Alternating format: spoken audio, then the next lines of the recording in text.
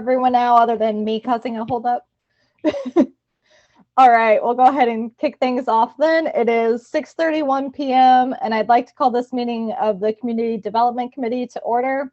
In consideration of the COVID-19 social distancing recommendations, this meeting is being held virtually via Zoom. The public is invited to participate and will be allowed to make comments through the online chat feature. Please note that your comments are visible to the group. If you wish to make a public comment, please state your name and city of residence for the record and be conscientious of others trying to speak. This meeting will be recorded and posted on the city's website at missionks.org. Please contact the administration offices at 913-676-8350 with any questions or concerns. First up is public comments public comments. Yeah, do we have any members of the public who are here tonight and would like to comment on an item not on our agenda? If so, please comment on the chat.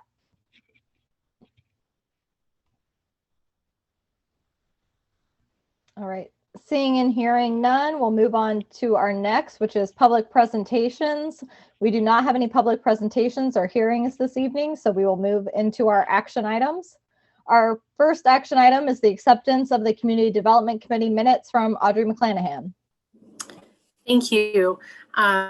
Yes, presented here are the April 21 Community Development Committee minutes for your consideration, please. Recommend acceptance. Everyone good with that? Second. All right. Thank you.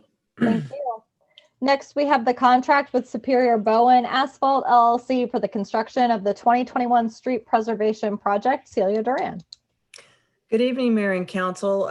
First of all, I'd like to say that we're really excited about almost getting underway on our 2021 street preservation projects. We did include 4 streets for construction. They're identified in your packet. We had 2 bids for this project, and Superior Bowen submitted the lowest and most responsive bid in the amount of $756,228. So we're recommending approval of the contract with them. I did want to touch on the fact that we only received 2 bids. I still feel like we received competitive prices. And that's really based on, if you look at the 2 bids, they were pretty close together, about $40,000 difference. And the low bid was under the engineer's estimate by about $40,000 as well. So like I said, we feel really comfortable that we've got a good price. A couple factors of why we only received 2 bids. First of all, there's not a lot of contractors who do UBAS. If you recall, for the Lamar project, the same 2 companies submitted the bids. And so we're seeing that here as well. Superior Bowen did a great job on Lamar, and so we're really excited to use them again. I still think UBAS is a good application depending on the street and the pavement conditions. So even though there's not as many contractors doing this type of work, I think it's still a good application and we still get good prices. Another reason is that there's a lot of construction companies that have either consolidated or gone out of business, and that's a factor playing here. And then even though there's a pandemic going on, we've got a lot of construction still going on and they have a big workload. So those are some of the factors why I believe that we only received 2 bids. I did want to show you quickly what we've allocated or spent on our 2021 street fund budget. And Emily, do you mind sharing the screen, please? So looking at, we had $1.1 million available for 2021, and after design, inspection, construction, as well as 2022 design, we have about $32,000 left. And that is what we will use for 2022 construction, at least partial. Obviously, it won't go a long way. Originally, when we did a preliminary estimate, we estimated that we would have more left over, but after walking the project and completing design, we identified a lot more storm sewer, pavement, and curb that needed repair. So this money wasn't quite as much as we were hoping for, but the good news is that we do have money left over. So with that, I'd be happy to answer any questions you may have. Let's see, any questions for Celia? Yeah, Debbie? Are any portion of this particular funding coming from cars? No, this is for our local projects, and then we don't have a CARS project this year, but next year we will on Johnson Drive. Okay, thank you. Mhm. Sollie, I have a question. Yep, Hillary. Thanks. Could we go back to that table really quick? I'm just wondering, do we have dollars allocated for sidewalk, curb replacement, maintenance that are kind of spot repairs, not, within the 4 projects for 21 that are already designated here? So I know that the spreadsheet for our street fund shows, that it shows, I don't know, is it 50 or 75,000 for that? But this year we took that money and we put it into the local projects. So we have about $32,000 that, potentially could be used for that. In the future, we'd like to go ahead and allocate, funds so that we have construction of projects, and then we can complete curb and sidewalk separately on certain streets. But we didn't have that for this year. We were trying to maximize as much as we could to get streets done. Well, I would like to see that 32,000 and hopefully plus some from excess fund balance go towards sidewalk and curb replacements throughout the city that aren't included in some of these projects. I know there's problem areas all over the city, and it'd be nice if we just had a pot that was just kind of first come, first serve throughout the year, if possible. I'm looking at 51st Street, Celia, so I won't harp on it too much, but that's one, and I know there's others throughout the city. So I'd love to see those dollars go there. Right, and I hope we can do that. And by the way, we do have a little bit of a plan for 51st that I know we're going to talk to you about, just some ideas. So we'll be getting back with you on that later. Thanks, Celia. Thank you. And Celia, kind of relatedly, I know we had talked about some pothole repair work. Can you kind of speak to that and the plans for summer on? Yeah, I talked to City Administrator Laura Smith, and we, if it's okay, we'd like to go into more detail with that at our street preservation or street discussion at an upcoming committee meeting, if that's okay. Sure. Okay. I just wanted people to know it was on the radar and you're looking at it. Yes, we have a plan for patching and potholes, and we're identifying areas right now. But I'll go into more detail at the next work session. Perfect. Any other Thanks. questions for Celia? I recommend that we take this to council non-consent. Non-consent. Everyone good with that? All right, we'll move on to our next item. Thank you, Celia. We have Celia again. The third item is the construction inspection services agreement with Pfefferkorn Engineering and Environmental LLC for construction inspection services for the 2021 street preservation project. So we're recommending approval of an agreement with Pfefferkorn for part-time inspection in the amount of $33,750. If you recall, we used Pfefferkorn for part-time inspection on the Lamar project, and they were selected based on qualification process, and they did a great job.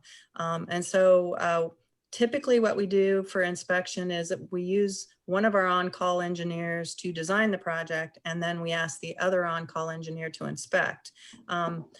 In the idea of maximizing our street dollars, because we always need more, we asked Pfefferkorn to submit us a cost for part-time inspection. We also asked the other on-calls, and Pfefferkorn came back with a really good competitive price. So that's why we were recommending going with them, besides their qualifications and their experience last year. And just quickly on part-time inspection, this project and the Lamar project were well suited for part-time inspection. A project like Rock Creek, we need full-time eyes on the project because there's just so much going on. But with a street project, there's certain items that we need full-time inspection, such as pavement, some storm sewer work, etc., base repair. But the concrete work and some of the site restoration, you can see that work. And so we really worked with Pfefferkorn. Maybe you only need to come out 5 hours this day. So that really helped us maximize our dollars. And we're also going to have staff heavily involved with the projects too. So we'd recommend approval of the agreement with Pfefferkorn for the 2021 street preservation project inspection services. Great, thank you. Any questions for Celia on this piece? I'd go ahead and recommend that we take this to council on consent. Everyone good with that? Looks like it. Okay, great. Thank you, Celia. Thank you. And our final action item this evening is the purchase of bulk de-icing salt from Central Salt LLC, Brent Morton. Thank you, Mayor and Council. This is the purchase of bulk de-icing salt that we use in the winter months. The city in 2020 competitively bid the contract with Overland Park and surrounding cities to see a cost savings for smaller cities getting on the contract, where Overland Park really saw it reduced in the cost per ton. This contract renews every year, and there's some language in the contract where they can increase price due to fuel costs. And there's a few other things in there also. As everybody knows, fuel prices have been going up. So the new contract just came across my desk actually yesterday, and there's about $1.50 per ton increase in price. But with us ordering it before the contract expires now on May 31st, it's probably a $6,500 savings to restock the salt dome. Our salt dome holds approximately 1,800 tons. We had a pretty severe winter in 2020 this year through 2021. Used more salt than I've seen probably in the last 5 to 8 years. We're down to about 400 tons right now. Staff is recommending purchasing 1,200 tons at $48.14 per ton delivered to the Public Works facility. The allocated budget for 2021 is $60,000. The price would be $57,768, and this should get us through another winter season. And hopefully we don't have a lot of snow and it lasts 2 years. So staff's recommending restocking the dome before the price increases after May 31st, 2021. If anybody got any questions, I'd be happy to answer them. Questions for Brent? I did have one question. We had talked during the winter about KCMO was experimenting with a new material. I was just wondering if we'd heard any feedback from that for future years. So I've reached out to Kansas City, Missouri. Haven't gotten in contact with probably the best person to talk to yet on that side. But some of the other folks I've talked to, for those bigger cities like Kansas City, Missouri, with 1,000+ lane miles where they're only hitting something every 24 hours or so, that increased price in the product they're using is useful, but there is a big price increase for that. A smaller municipality like we have, and we have more trucks and we can cover lane miles quicker than them. What that takes them 24 hours, we're back in 4 hours. So, I mean, the rock salt, I believe, and I think staff believes that the product we're using right now works well. And we haven't ran into any issues with, ice building up or anything like that. So I wouldn't recommend the price increase for the truck. And, the lane miles we're required to take care of with our staff. Okay, great. Thanks, Brent. Any other questions? All right, entertain a recommendation. Yeah, I'd recommend that we go ahead and put that on consent. Sounds good. All right, thank you. For discussion items, we have one discussion item tonight, and that is the Facility Conservation Improvement Program. Emily Randel. Yes, thank you, everyone. I will be presenting tonight, but we do have friends in the audience who will be available for questions if need be from CTS Group. We have Amy Nemeth, Ellie Blankenship, and Matt Anderson, as well as Len Retz from the State Kansas Corporation Commission. So we're well covered there. So there will be help assists if necessary. I'll start to share my screen here. As you know, we did come to you all most recently in March with an update on our progress. Let me see here. Sorry about that. It's hard to be my own driver.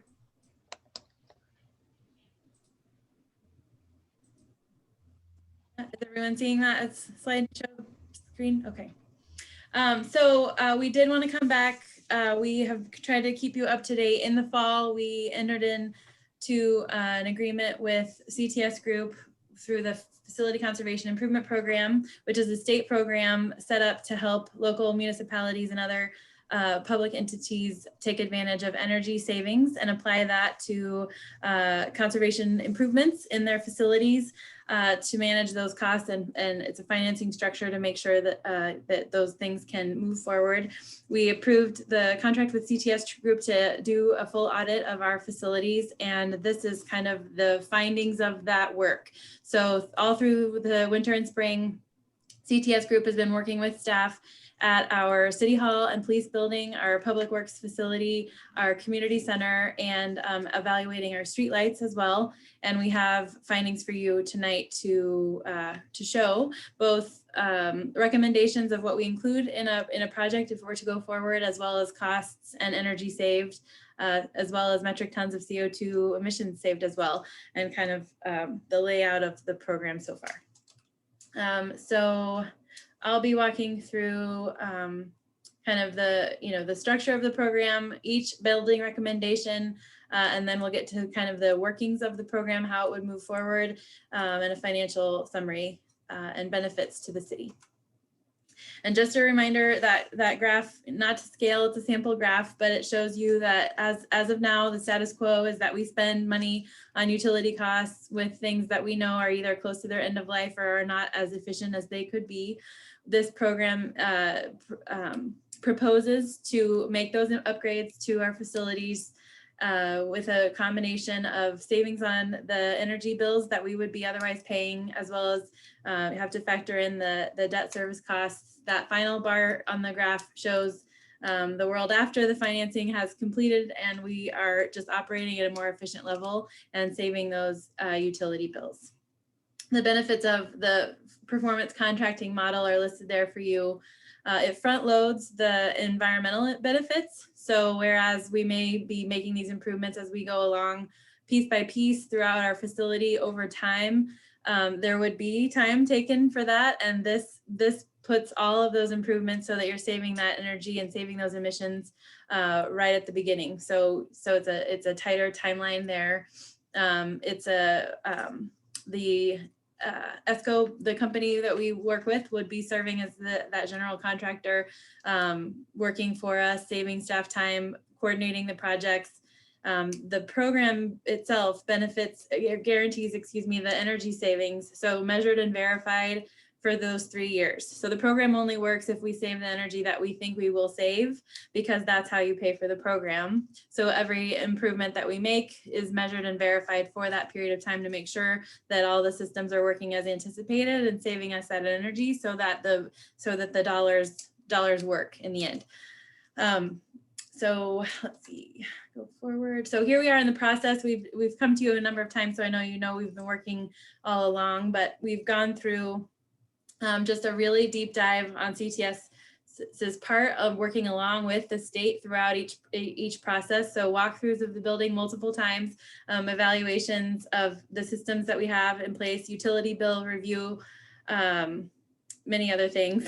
And then when you get to the project costing element of that, soliciting firm pricing for the recommended measures. So CTS Group on Mission's behalf solicited multiple bids for each of the chunks of this work, did receive multiple bids for those larger pieces, and are moving forward with firm pricing commitments from actual contractors to do that work.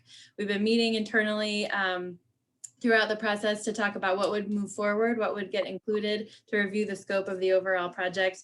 And so here we are with those findings tonight. So I'll take you through now each building, just so you can see on broad strokes. Information in your packet was slightly more detailed, but you do see that to the extent it makes sense for us, each building has many of the items included, very nearly all that we discussed, to improve those things. So it's lighting, the mechanical systems in large part. Of course, at the community center, it's a bit more complex because we do have the indoor pool. So you're talking about all that comes with running that natatorium space. So pool upgrades, weatherization, and of course, the LED lighting. So on each of these slides, it will talk about the total cost of the work recommended. So you see here, it's $1.5 million in total improvements, with an estimate of the energy savings in dollars and percentage of the overall current energy use. Operation and maintenance savings, especially at this building, we do spend quite a bit of time, as you know, working through those maintenance issues that we have at the center and making sure that we can extend the life of that equipment as long as possible. And then that simple payback based on the total cost of the project divided by the energy savings. The environmental benefits are there for you to see as well. So we tried to show the metric tons of carbon dioxide removed or eliminated, and then the some sort of perspective on that. So we could have chosen many different measurements, but we chose to use the equivalent of removing cars from the road and quantifying that for you to see as well. Is there any question in this approach? I'll just continue through the buildings for now. Okay. So City Hall recommendations, this slightly, we took into consideration the fact that we know that we have the space needs analysis kind of on the table and a kind of unknown future in this building, at least in terms of how we use it or if we are the ones using it. So we tried to keep a limited scope on these items.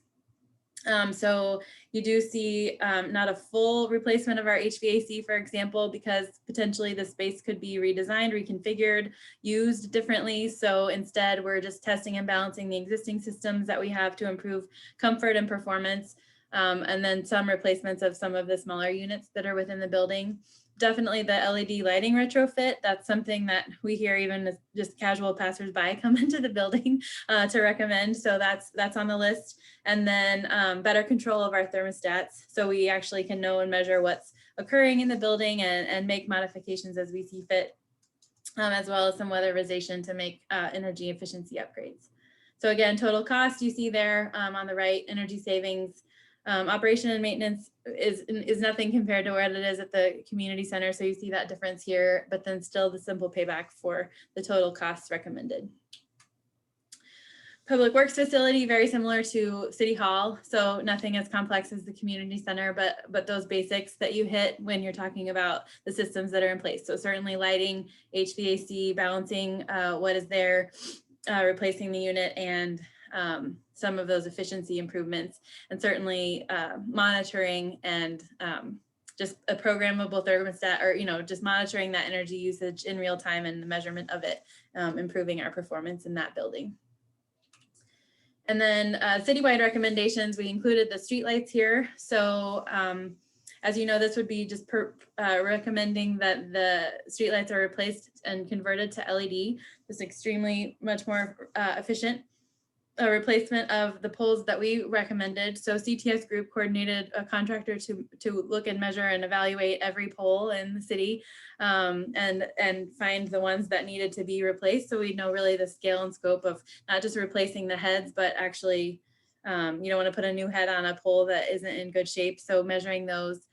So you see that's 3 rotting wood poles and 13 metal poles throughout the city with visible holes rusted through, which is the scope that we use to determine that. And of course, none of those poles are in a state that they cause a safety concern or are falling imminently. We may be otherwise able to get multiple years out of them still, but it would be a measuring stick to use in terms of needing to replace those.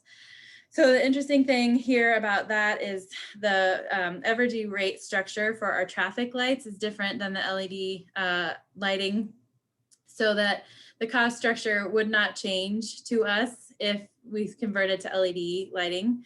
So in this element of the program, it doesn't involve any cost savings to the city, but just the environmental benefit. So that's something for us to consider whether we want to move forward with that traffic signal replacement for the environmental benefit alone, knowing that on our bill sheet, it wouldn't change in the eyes of Evergy if those were LED or not. Yep, Sollie?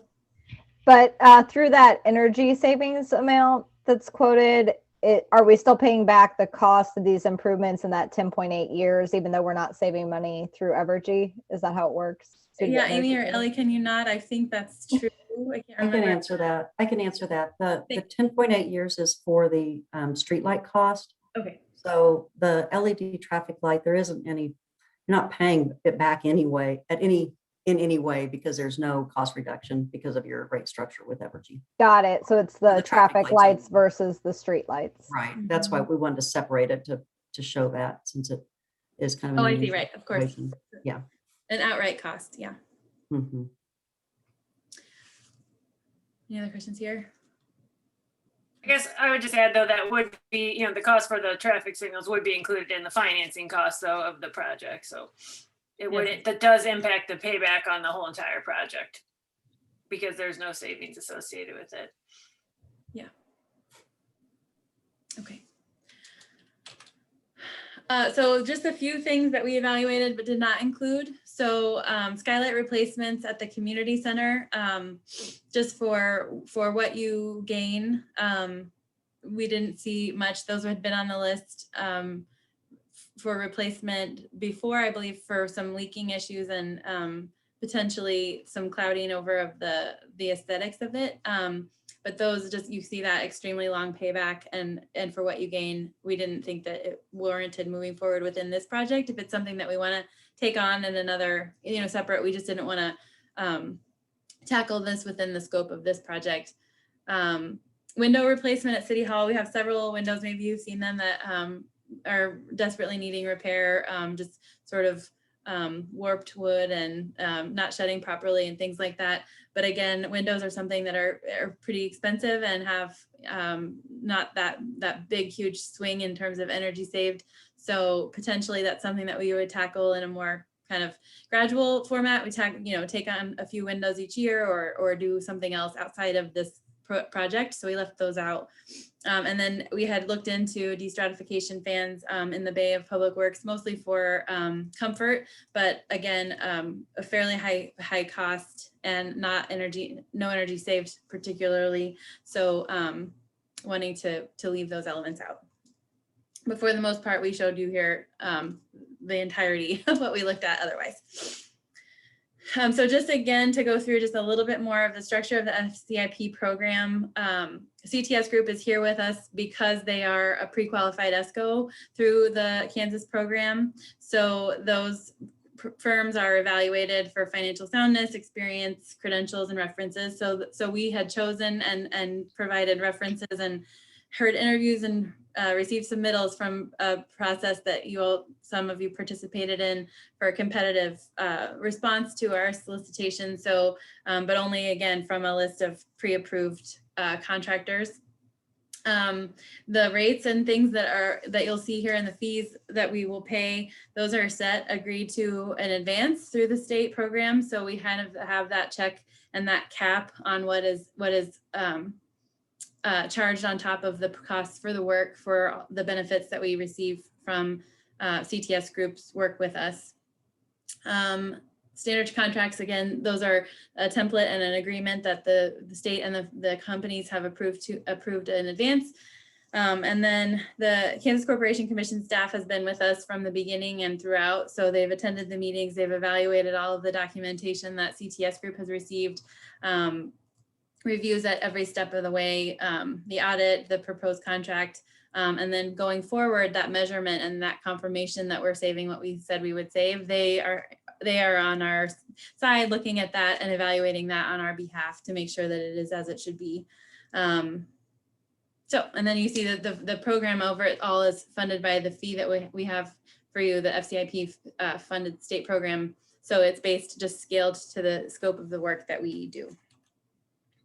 So I wanted to review, I did share this information with the Sustainability Commission on Monday evening at their meeting. And we talked again about our elements of the 3 Ps. So in mission, when we say sustainability, we mean planet, people, and prosperity, to make sure that they're sustainable on all those fronts. And I just wanted to kind of highlight the measurements that we've put forward here.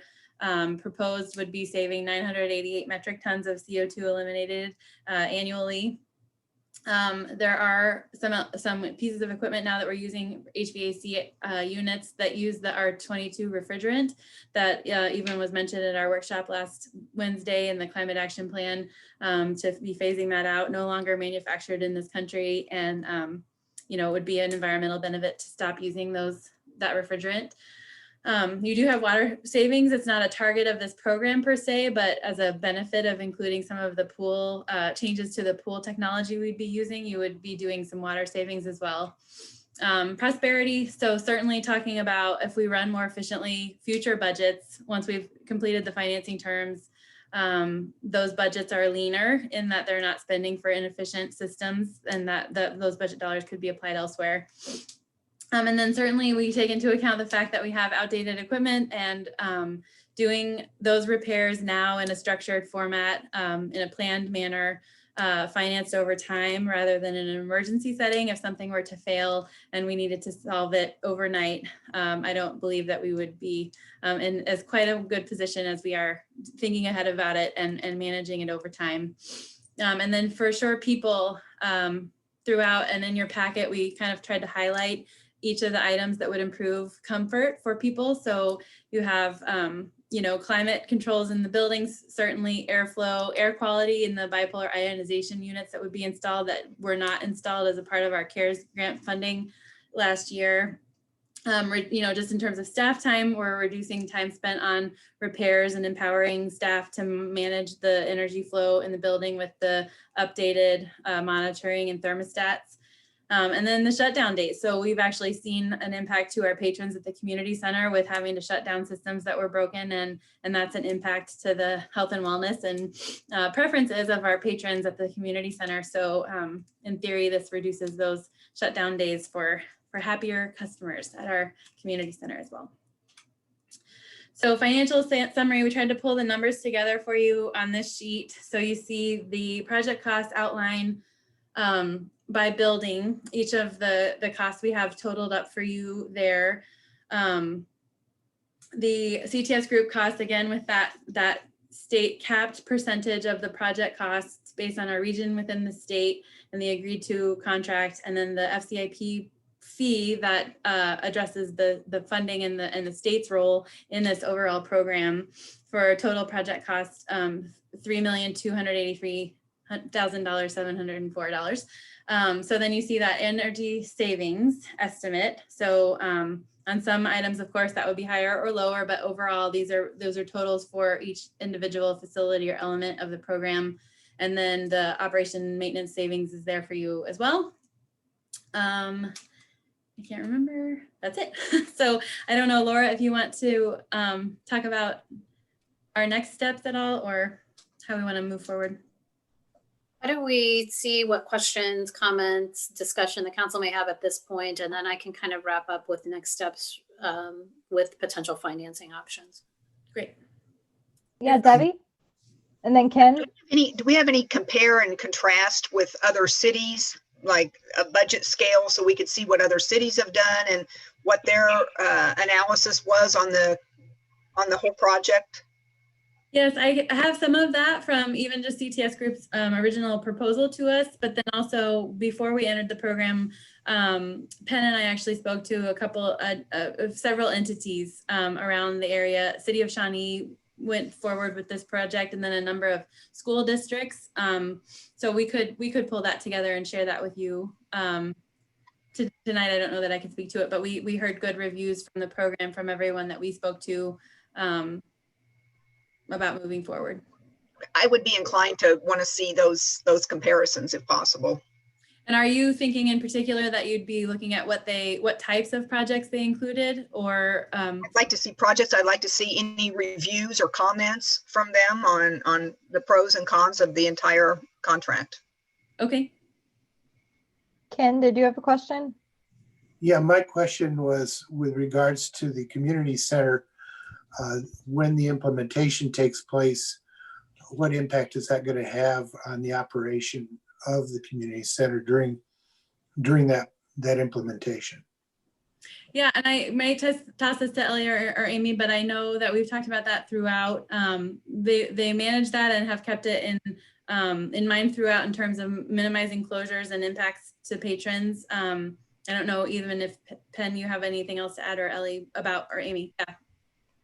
I would say that since we are looking at replacing the unit that conditions the pool area, there will be some shutdown of the pool time for us to replace that. That's a pretty construction intensive effort to do that. In fact, I think they built the building around the unit that's in there. So it's going to be fairly intensive to get that out and move a new unit in. So there will be some shutdown of the pool during that time. There's going to be some times when areas are going to be offline when we replace the rooftop units that serve the gym. areas. So there may be some areas that are shut down during that time. But in general, what we're trying to state, so like if we're looking at doing the chiller and the boiler, so we would do the boiler system first, and then during cooling season, and then move to the chiller system once we got out of cooling season to try to minimize the impact. Thank you. Yes, Debbie? Could you please distinguish between the project costs relative to what the CTS group cost is and what the fee is? Yes. Yeah. So, Oh, sorry. Ellie, feel free. That's fine. You're talking about the CTS group versus the FCIP fee? Correct. Okay, yeah, the CTS group cost, so what that is all of our costs. So that's for us to develop the project, to design it, all of our engineering, to project manage it. So we'll have an on-site project manager there at all times. The FCIP fee is directly through the state. That has nothing to do with us. That's for their support of, as Emily mentioned on the previous slide, to review of all our documentation, to make sure that we have everything covered and that you got, to be your advocate, to make sure that we have done everything right. Okay, thank you. I had a question on the payback years, and I see this slide has the 24 years. In our packet, I think it was page 84, there were two different numbers. There was 17.3 years and 24 years. And so I just wanted to confirm that 24 was the number. Yeah, so that 24 is the total project cost payback, and then the 17 is on the on the scope, the subcontractor cost payback. So just the project cost versus the project cost plus fees. Right. Right. Okay, so if there weren't any of the fees, it would be 17, but the entire project, you get to the 24. Correct. Right. That's Okay, correct. that makes sense. Okay. Any other questions? I can't see everyone since we've got the presentation. Yeah, If Nick? there's any, is there any kind of different, more phased approach that we can look at some of this stuff? Frankly, I think it's, in my mind, it would seem irresponsible right now to invest $1.5 million with a 24-year payback into the community center when, frankly, it's been empty for the last few months. And if we're going to be realistic about it, we're going to have to probably have some really tough conversations about the future of that building over the next, 10 to 12 to 15 years. So I'm just wondering if there's anything that we can look at doing to really bring in some of those energy saving, some of the lower hanging fruit that we could try to maybe do and phase in without having to take it all on at once, because that's a huge price tag, and things are changing pretty rapidly, and I just wonder if there's a better way to try to phase some of that stuff instead of taking So all your low hanging fruit in the community center is the LED lighting. Yep. And of the bigger ticket items would be the LED lighting, the controls replacement. Those are the lowest cost items. And then the data analytics and retro commissioning, I guess, which are kind of smaller items. But of the big ticket items, the LED lighting and the controls are the low hanging fruit. Unfortunately, in that building, you have some equipment that's really at the end of its useful life. That pool pack unit, you're really having quite a bit of annual expenditure on that. So that you could put that off, but it does need to be replaced. And it's going to be challenging to replace it. Replacing that kind of goes hand in hand with replacing the chiller and the boiler.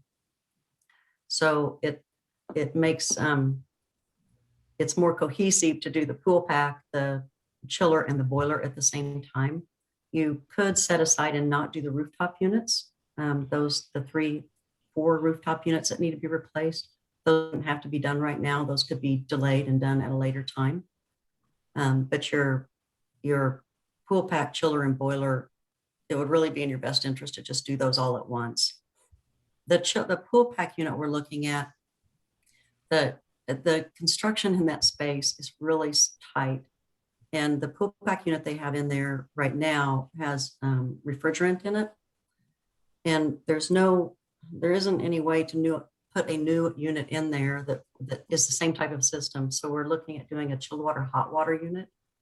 But in order to do that, we need to modify the size of the chiller and boilers to do that.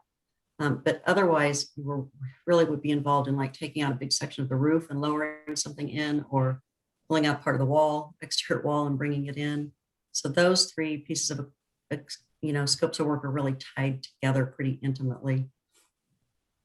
I think too, for one of the things that I was actually, and I guess we all look at it differently, but when I saw the simple payback on this one, I was actually pretty excited about it, because when you think about the fact that this is all equipment that you're going to have to replace anyway within the next several years, I mean, really now a lot of it, and to be able to do it and have it pay for itself within the life of that equipment, we don't see that very often with, large capital intensive projects like this. I mean, because we're able to do some of the lighting and the controls and be able to pick up so much energy in this building because of the inefficiencies, we are able to be able to do this project and pay for it with the energy and operational savings. So that's to me was pretty exciting. Yeah, but we're still talking about $1.5 million in a place that frankly has been bleeding money and has had, even pre-pandemic, I think we were seeing kind of some of the attendance dwindle off there. And I think we have to be realistic that a 17-year payback on projects like this, I don't think that building's going to be there in the fashion that it's in today in 17 years. That could be wrong, but I think if we look forward and look at what the future might bring there, I don't know. I don't know if that building will still be used in that same kind of capacity. It just seems like a huge price tag. And I'm wondering if there's any way to phase some of that stuff and make it a little bit less upfront. Realize some of the low-hanging fruit energy savings and use some of that money that we're saving to help fund some of these other things a little bit down the road without taking it all on as one big chunk of debt up front, even if there's a little bit of economy of scale that gets lost by not doing it all up front. But I think those are all things that we can certainly look at as we put together financing alternatives. We're a city of 10,000 people, so $3+ million to take this on right now in debt, when we're talking over 20 years of paying it back. That's a hard pill to swallow for me.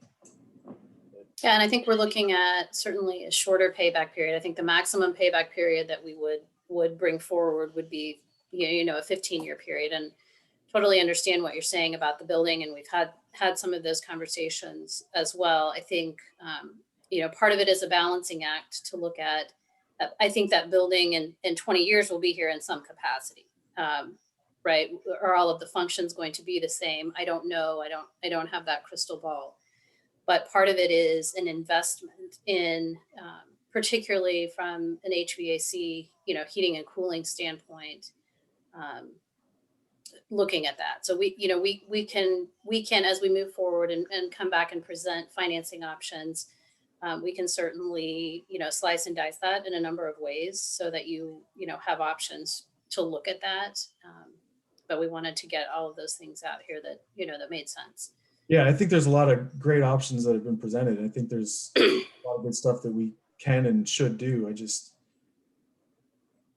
That number just is huge. And I worry about the amount of debt that we'd be taking on and the amount of time it's going to take to potentially pay some of that back. And I'm just hoping that there's some way we can consider a more phased approach to some of that stuff.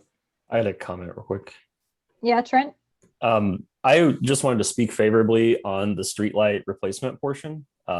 As you may or may not know, Prairie Village, KCMO, I think Merriam, Rowan Park, they've all started doing this or have already done this. And this would be something that would be a major win for us, not only from a savings perspective, but from an environmental perspective. And that cost seems reasonable. And with, kind of having it all teed up here for us, I would really just like to express my preference that we, commit to that piece at least, because I think that piece is really exciting and would be a major win for us. Yeah, I agree on that one. I think that's a good thing to go with. I feel like that's one of those real big low-hanging fruit things, especially since we own those street lights. And the good decision was made to purchase those, take those back under city control a few years ago. So I had a comment. Sorry. Yeah, RC and then Debbie. Going along with that, off of that statement where this, we had a list of items that we were going to have to pay for or speak to down the road. If whenever you guys work on more detail around this, I'd like to see that list of, you know, comparing, okay, well, this is what we're getting now, and we would have to 3 months, 6 months, a year down the road have to pay for it anyway. So I'd like to see that view. Okay, thanks. Yeah, Debbie. Oh, sorry. Oh, Debbie, then Hillary. In looking holistically at the whole project, did we look into, for energy efficiency purposes, the option for solar on the roof at the community center? We did discuss it. This program by the state design is meant for conservation more so than energy generation. So the program rewards, let me know if I'm speaking to this correctly, Lynn, but rewards the conservation of energy. So systems and reducing the usage of energy. So it isn't, so my understanding is that some cities have included some small amount of alternative energy generation, but it isn't the fundamental target of this type of program. Okay. Yeah, Hillary. Yeah, just similar to some other comments, I'd like to see kind of the a la carte options that we could pull out to see maybe a mild, moderate, heavy version of what we could potentially get. And beyond that, I know this is a conversation for when we have a work session on it, but for me, I think it's a matter of, if we want to prioritize this, I think other elements of the community center then maybe aren't prioritized the way that they have been. I think it's really important that any new sales tax dollars that come in for Parks and Rec aren't reallocated to this project, right? For more funding into the community center. I want to make sure those dollars are allocated to new efforts with our park. So just a comment there about financing. And Laura, I know there's more to come on that. Yeah, and Laura, I had one question on the financing as well, just for prep for next time. I know we've talked about debt financing for our streets as well, and I can't remember the order of operations on if we'll talk about this again before we talk about the streets, or if we'll talk about the streets before we talk about this again. But I think, you know, to the extent that's possible, having a sense of the overall amount of debt that we're talking about, you know, keeping in mind what that street piece might look like at the same time, would be helpful. Yeah, and we can do some of that. We'll have to remember that without having the street sales tax renewed, that question is a little bit trickier to answer. Sure. Right. So because without that renewal, just the other sources that we would have to go to. This will be a little bit different from a financing perspective, because when we look at where both the energy and the operations and maintenance savings are currently being paid from, the savings will be realized in our general fund. So the operating fund as opposed to a capital fund. So you have an immediate benefit that would be ongoing, and you wouldn't be looking or dependent upon renewal of a variety of other financing sources. So it gives you a little bit more stability. And that's the other point that I think, as we look at this, whether it's the program as presented tonight, or, you know, a scaled down version in some fashion, the conservative fiscal manager in me is going to recommend that we look at, you know, also as we talk about these things that we know are at the end of their useful life. If in next year, the HVAC system or the pool pack at the community center goes down, you know, do we want to have a planned, manageable way to pay for these improvements that doesn't create peaks and valleys in our budget and cause us to go scrambling at a particular point in time to replace a $300,000 or $400,000 piece of equipment? So that's one of the things, again, that I think can be factored or should be factored and layered into all of these. Is I think it definitely, from a staff standpoint, and Brian would probably shake his head, you know, managing and planning for level expenses in an annual budget is always, you know, very, very helpful. But I think all important parts of the conversation as we look at those financing opportunities. And this will come back in June with more of that detail, yes. Right? Yep. Sollie.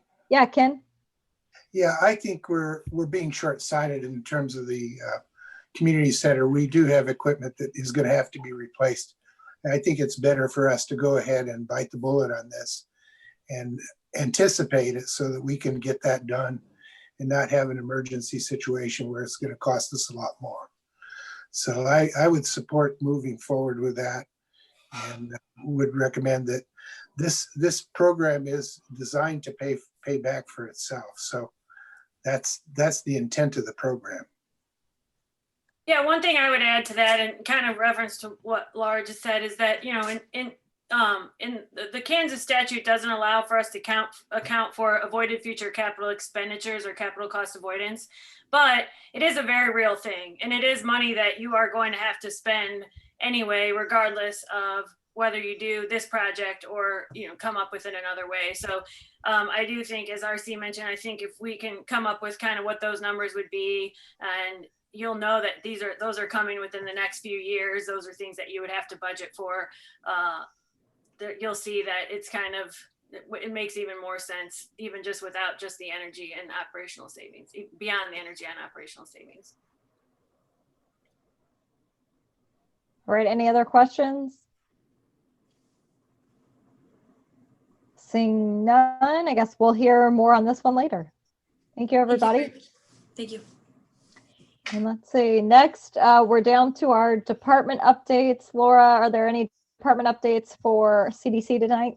We do, but if it would suit everyone, what I might suggest, because we do have the external auditors here to make a presentation. So in order not to keep them longer than necessary this evening, we could hold all of our updates to the end of the Finance and Administration Committee meeting, if that works for everyone. Sounds good. Okay. All right, then in that case, it is now 7:23 p.m. and with no further discussion, that concludes the meeting of the Community Development Committee. Again, this video will be made public on our website at missionks.org. Does anybody need a break before we head into finance? Can I see a hand if you need a break?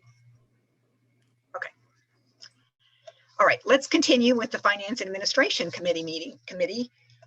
It is now 7:23, and I'd like to call the meeting of the Finance and Administration Committee to order. Again, in consideration of the COVID-19 social distancing recommendations, this meeting will be held virtually via Zoom. The public is invited to participate and will be allowed to make comments through the online chat feature. Please note that comments are visible to the entire group. If you wish to make a public comment, please state your name and city of residence for the record and be conscientious of others trying to speak. This meeting will be recorded and posted on the city's website at missionks.org. Please note that our May 19th City Council meeting will be in person, and we look forward to seeing everyone again. I believe it will be held at the community center with social distancing as appropriate.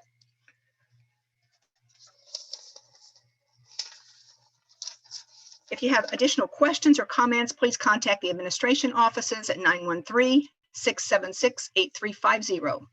We will be considering a revised agenda this evening to include action item number 5, which is the modification to development schedule for the Mission Bowl redevelopment agreement, and remove action item number 4, classification and compensation systems updates. Do we have a motion to accept the revised agenda as presented? Madam Chair, I move that the committee approve the revised agenda to include action item number 5 and remove action item number 4. Thank you, Ken. Audrey, please call for the vote. Is there a second? Second. Sorry. Thomas, Aye. Rothrock, Aye. Boultinghouse, Aye. Kring, Aye. Schlosmacher, Aye. Davis, Aye. Inman, Aye. and Flora. Aye. Motion carried. Thank you. Thank you, Audrey. We don't have any public presentations or hearings this evening, so we'll move into our action items. The first action item is the acceptance of the Finance and Administration Committee minutes from Audrey McClanahan. Thank you. These are from April 7th, 2021 for Finance and Administration, and these are the committee minutes for consideration. Thank you. Thank you. Next, we have the presentation and approval of the 2020 audit from Brian Scott. Do you want to go ahead and move acceptance of that? Sorry about that. Do we have an acceptance motion? Recommend acceptance. Thank you. In a second? Trent? You Yeah, don't need a second. I agree. Okay, Brian? Sorry. Thank you, Madam Chair. We have closed the books on the fiscal year ending December 31st, 2020. Though 2020 was one of the most challenging years any of us have ever experienced, the city was able to rise to the challenges that were presented and get through the year relatively unscathed from a fiscal perspective. The city's financial statements were audited again this year by the firm of Vice-Chairperson and Company.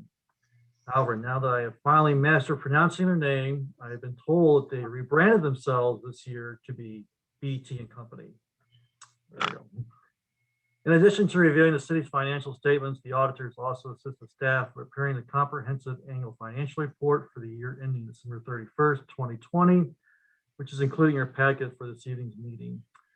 This report will be submitted to the Government Finance Officers Association for consideration of the Certificate of Achievement for Excellence in Financial Reporting. The city has received the certificate for 27 consecutive years.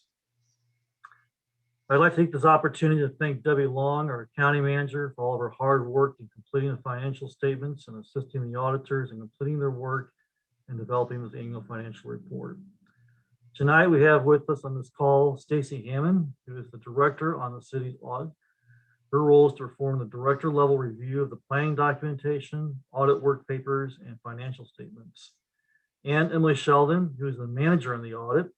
Her role is to provide supervision over the audit field work and perform a detailed review of the audit planning documentation, audit paperwork, and financial statements. So I will hand it over to them, and then they'll give you a brief recap of the report and answer any questions that you may have.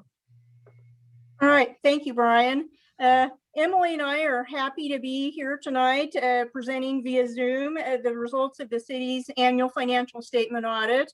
I believe that everyone has received in their packet 2 items. One, a copy of the comprehensive annual financial report, and second, a report addressed to the mayor and city commission. That report that's addressed to the mayor and city commission, it really puts into writing items that our audit standards require us to present about the results of the city's annual financial statement audit, and it forms the basis of our presentation tonight. The first thing that we need to visit with you about is our responsibility in performing the city's financial statement audit. We perform the audit in accordance with generally accepted auditing standards, as well as standards set forth in the Kansas Municipal Audit and Accounting Guide. Those standards require us to perform procedures in order to obtain reasonable assurance about whether the financial statements of the city are free from material misstatement. Our procedures included examining, on a test basis, evidence supporting the amounts and disclosures in the financial statements. We also reviewed the accounting principles that the city uses and the significant estimates made by the city, as well as evaluating the overall financial statement presentation.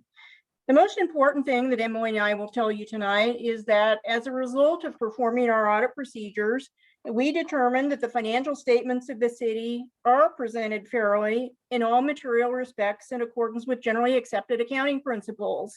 Therefore, we issued what we call an unmodified audit opinion, which is the best kind of opinion that the city can receive. In the section of the report addressed to the mayor and city council titled Accounting Policies, we would bring to your attention anything that we identified relating to changes in existing accounting policies, newly adopted accounting policies, significant or unusual transactions, or any alternative treatments from generally accepted accounting principles. There wasn't a lot in those areas this year. This was one year where the city did not have to adopt any new accounting standards. Due to COVID, most new accounting standards that you might have had to adopt have gotten pushed back several years. So it was a very quiet year in that regard. The city does have 2 estimates, however, that we're required to discuss in this section. If you have the report to the mayor and city council open, those are addressed and summarized on page 3 of that report. They are the city's total other post-employment benefits liability and its net pension liability that results from the city's participation in CAPERS. Our responsibility as auditors in looking at these estimates is to make sure that management of the city has a reasonable process in place to measure and record those accounting estimates. We did determine that the city had reasonable procedures in place, and that's what we are concluding in the final column on page 3 in relation to each of those accounting estimates. I'm going to turn the presentation over to Emily now to talk a little bit about audit adjustments. Thank you, Stacy. As discussed in the audit adjustments section of the report, there were several audit adjustments that we recorded to the trial balance that was given to us at the beginning of our audit. And those are summarized at the very end of the report. Those entries were made to convert the trial balance from the cash basis of accounting, which the city operates on throughout the year, to the modified accrual and accrual bases of accounting that are reported in the audited financial statements. The final sections on page 2 of this report are where we would document any concerns or issues that might have come to our attention as a result of disagreements with management or significant difficulties in performing the audit. We had no disagreements or significant difficulties during the audit. Everyone at the city was very cooperative and transparent in answering all of our questions. We would like to point out that we did not identify any significant deficiencies or material weaknesses in internal control. If we had, they would be included in this report. Following the summary of significant accounting estimates on page 3, we have attached a copy of management's representation letter. This letter is the final step in the process of an audit and puts into writing matters that are required by our standards to be represented to us by management. The signing of this letter represents management's acceptance of the financial statements and is an indication that the report is ready to be finalized. We provide this letter to you because we believe it will help you as a governing body to better understand the financial statements and the matters underlying the financial statements, and will help you fulfill your fiduciary responsibility. Please read through the letter and feel free to ask any questions that you may have regarding its contents. We would like to thank Brian, Debbie, and the rest of the city staff for their hard work in preparing for the audit, especially in working with us to complete the audit using a hybrid approach this year of both remote and on-site field work due to the health environment that we were operating in at the time.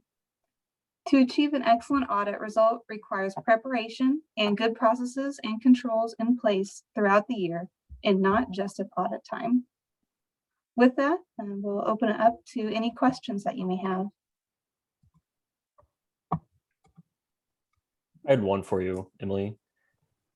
Is there a percentage of materiality that your firm goes on when you do these? Stacy, would you like to respond to that? Certainly. In the government auditing arena, there are several different materiality limits that we use in performing the audit. In the for-profit world, when you do an audit, there's only one materiality limit. But for the City of Mission, each of its major funds, which are on the governmental fund balance sheet, has its own materiality limit. And then for the NED-wide financial statements, those also have their own materiality limit. So when we're performing our field work, we look at each of the materiality limits and see which one applies based on the account that we're auditing, and then prepare and conduct our test work, based on the materiality limit for that particular fund. I'm not sure how much detail you want me to go into. I can go into more if you would like me to, or I could stop there, whichever you prefer. No, that's good enough. Thank you. I was just curious. Sure. Any other questions? I personally want to thank Laura, Brian, and Debbie for their hard work. It's such a great thing for the city to see the financial information all in good order, and I think we look really good for that. So thank you for all staff that have had a hand in the financial makeup. Thank you. Yep. Thank you, but Debbie and Brian get all of that credit. So. Okay, thank you, Stacy and Emily. If we don't have any other questions, we'll move on to our next action item. Thank you. Thank you, everyone. Have a good evening. Thank you. Our third item is a special event application for Young Life of Shawnee Mission, also from Audrey McClanahan. Thank you. So Young Life of Shawnee Mission submitted a special event application for an event they're hosting that's going to include barbecue, music, and alcohol sales. And that's going to be Saturday, June 5th from 5 to 10. Part of it's going to be on city property.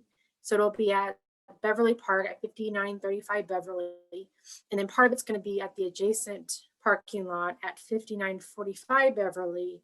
But they have received approval from that private parking lot owner to use that space. They have also applied for a temporary alcohol permit from the state and are waiting to receive that back. But once we get that back, then we'll have basically everything in place to continue forward. And that is about everything I have for that, unless there's any questions.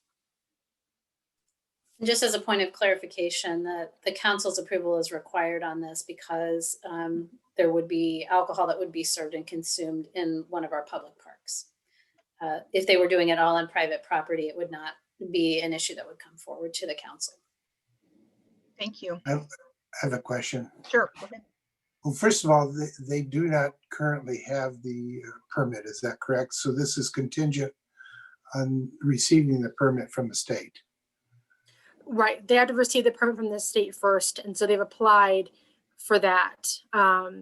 They've sent all their paperwork in, but they have not been approved yet through them to do the alcohol sales. Okay. And then there's also a question about the Johnson County Health Department in terms of being contacted for the outdoor food court. And they answered no to that. Is that something that we are looking for? It's the question right after the yes. Yeah, they are aware of that. But yeah, definitely that would have to be satisfied too before finalizing it. I didn't see that in the resolution. I didn't know if that was something that's going to be included. So, sorry, my connection is breaking up a little bit. Okay, I was saying I wasn't sure that I saw that as one of the contingent requirements for approval in the resolution. I know it was on the old application, but I can cross-reference that with the resolution as well and see if they match up too. Okay, thank you. Mm-hmm. And Laura, clarify for me, does this one require a vote by us also? Laura? Yes, it does. I'm sorry. I was looking, because I don't believe we have a resolution on this. So I think it's just a simple approval of it. There's not a resolution which would modify this. So yes, it would be contingent upon receipt of their temporary alcohol permit, although they could make a decision to proceed with the event obviously without serving alcohol if they don't get that permission. I can't imagine that they will not receive permission from the state. And you could, when, as we prepare the motion for the council meeting on the 19th, we could certainly make it contingent on, inspection of any food sales or food distribution by the Johnson County Health Department. That'd be great. Thank you.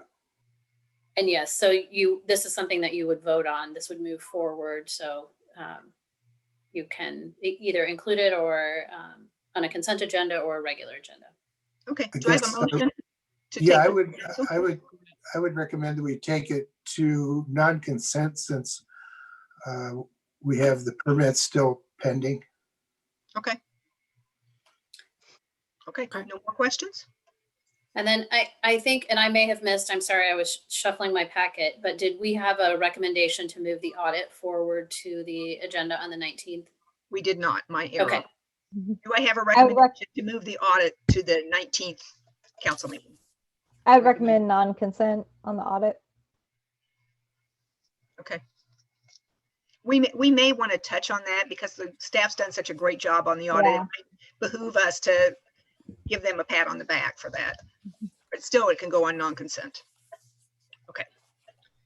Next, let's move to our fourth item. The fourth item was actually removed and will be discussed at the May 19th, 2021 City Council meeting. So we'll move to the next agenda, next action item, and that is the modification of the development agreement schedule for the Mission Bowl redevelopment agreement from Brian, sorry. Madam Chair, I think the developer was going to be in our Zoom meeting tonight, and I don't see him in our array of participants here. I've just texted him. Banks, are you on the call? I don't know if you'd like to move on, we can come back, or if you want to go ahead and present this. I'm fine with you presenting it. If we have questions and we need to follow up, we can do that. But why don't you go ahead and give us the overview, Brian, and then we'll come back and see that Banks is on. Okay, Emily, can you share the packet, in particular the, Yes, I'm I having can. technical difficulties right now. I can't get to the packet. Sure. Let me pull it up just a In second. particular, I need that aerial photograph. Okay.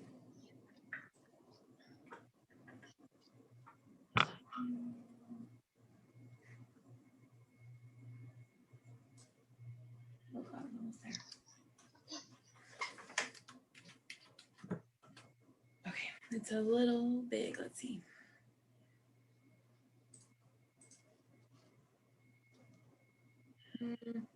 Nope.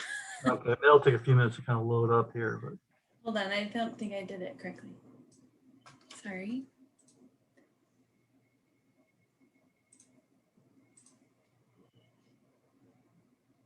Are you seeing the aerial? yeah, Okay. Is that? you shrink it down a little bit. Yeah.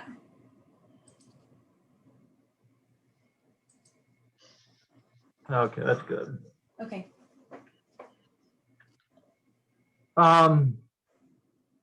Where to begin with this? As you all obviously know, our city is fully developed. There's hardly a parcel of property left in the community that's not developed. So when we have development opportunities that come before us, they're often in the form of redevelopments of an existing parcel of property. And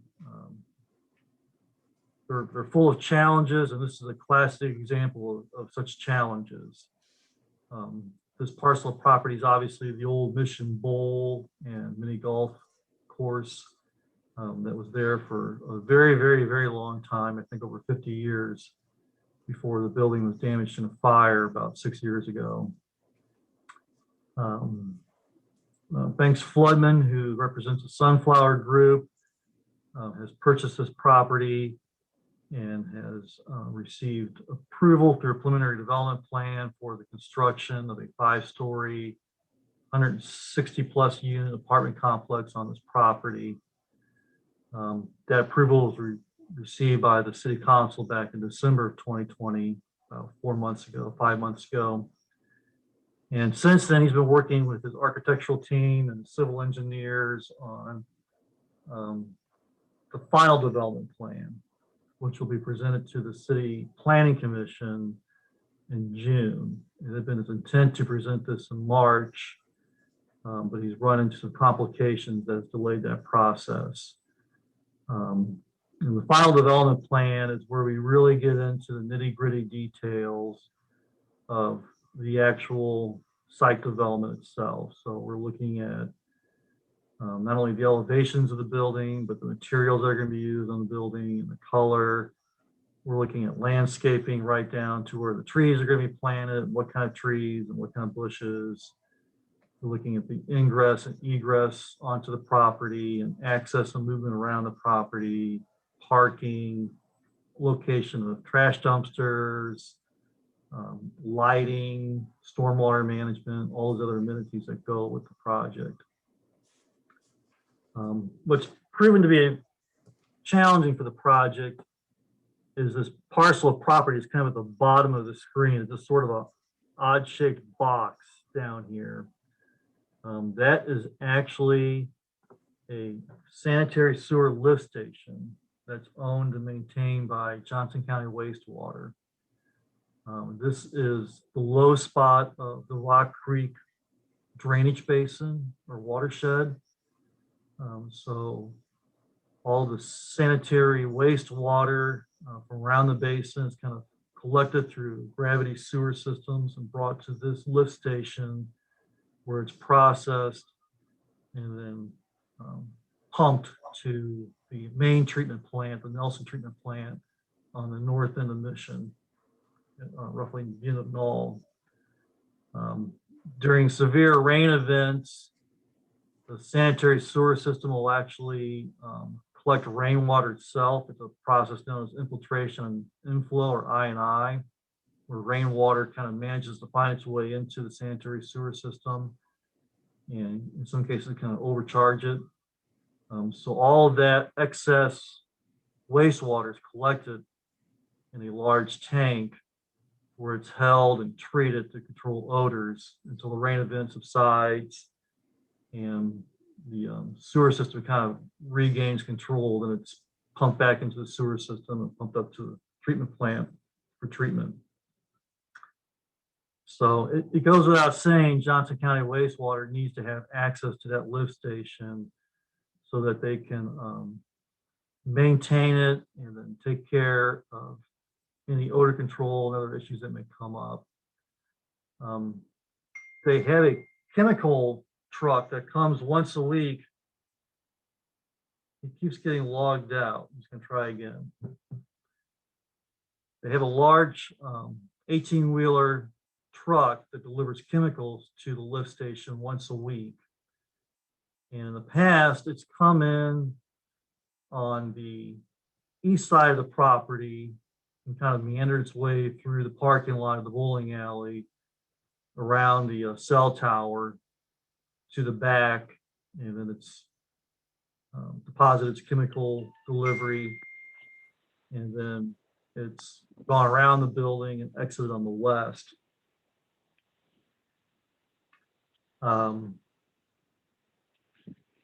To do that with the current configuration of the new apartment building on the site would be extremely difficult, not impossible. To get an 18-wheeler truck through the parking lot would result in, without damaging any cars or anything, there'd have to be a number of parking spaces given up. So the development team's been working with the folks at Johnson County Wastewater to come up with an alternative solution. And I think the solution everyone's kind of agreed upon is that the truck would come in on the west side. You can see that kind of teal or blue colored squiggly area there in the west side of the map. It would come in to that area, pull into that triangular piece of property, which is still owned by the folks that own the Mission Shopping Center, and then kind of back up diagonally to the lift station to unload the chemicals. And then it would just pull out on the west side again and go around. There's been a lot of discussion about this, a lot of designing of turntable diagrams like what you see before you tonight. And then a review by engineers and traffic engineers, and people are much more knowledgeable about these kind of things than your typical sanitary sewer engineer or a civil engineer. There's also been, there's a jet trucks that come back there. They're smaller trucks that come back to the lift station once or twice a year to actually clean out that tank. They require continuous flow of water. So there's one truck that's actually used to clean the tank, and then there's other trucks that are delivering water to that first truck. Everyone's kind of scratching their head about how they were going to be able to do that successfully. It was discovered recently there's actually a private water line that runs behind the existing bowling alley. So they think they might be able to tap into that private water line and just have access directly to water for that. So they don't need 3 or 4 trucks to do what such a one truck can do. So that kind of resolved that issue. But all of this review and discussion and so forth has been kind of the impetus for the delay in the project. And as I said, the developer was hoping to get this before the Planning Commission in March, and it's been delayed for these reasons. So because of that, they requested that there be a 3-month extension in the construction schedule that is a part of the exhibits in the redevelopment agreement that was approved by the city council back in December. So since Banks is having trouble getting on, I'll continue. No, I'm on now, Brian. Okay, you're finally there. All right. Yeah. So, Banks, I've kind of described all the back and forth and ups and downs with Johnson County wastewater and the challenges we've had at this point. And your request for the 3-month extension. Did you want to talk about the demolition of the building itself and kind of your thoughts about that, and working that into the process? Yeah. And I've been listening for about the last 8 or 9 minutes. I was at Heritage Park, so I apologize trying to watch a game, and I got in my truck and zoomed somewhere I had better service, and so I caught the last 7 or 8 minutes. But ultimately, and like Brian indicated, we've been working with Johnson County Wastewater for some time, and we found a compromise ultimately, but it's taken a lot longer than expected. Ultimately, we're allowing them to do things that aren't within their easement to ensure success of that site and success of our site. We weren't willing to compromise our parking ratios, which ultimately led to us kind of at a little bit of a stalemate and working with them. But when it comes to demo of the building, our plan has always been to mobilize our entire construction team and do demo and go vertical.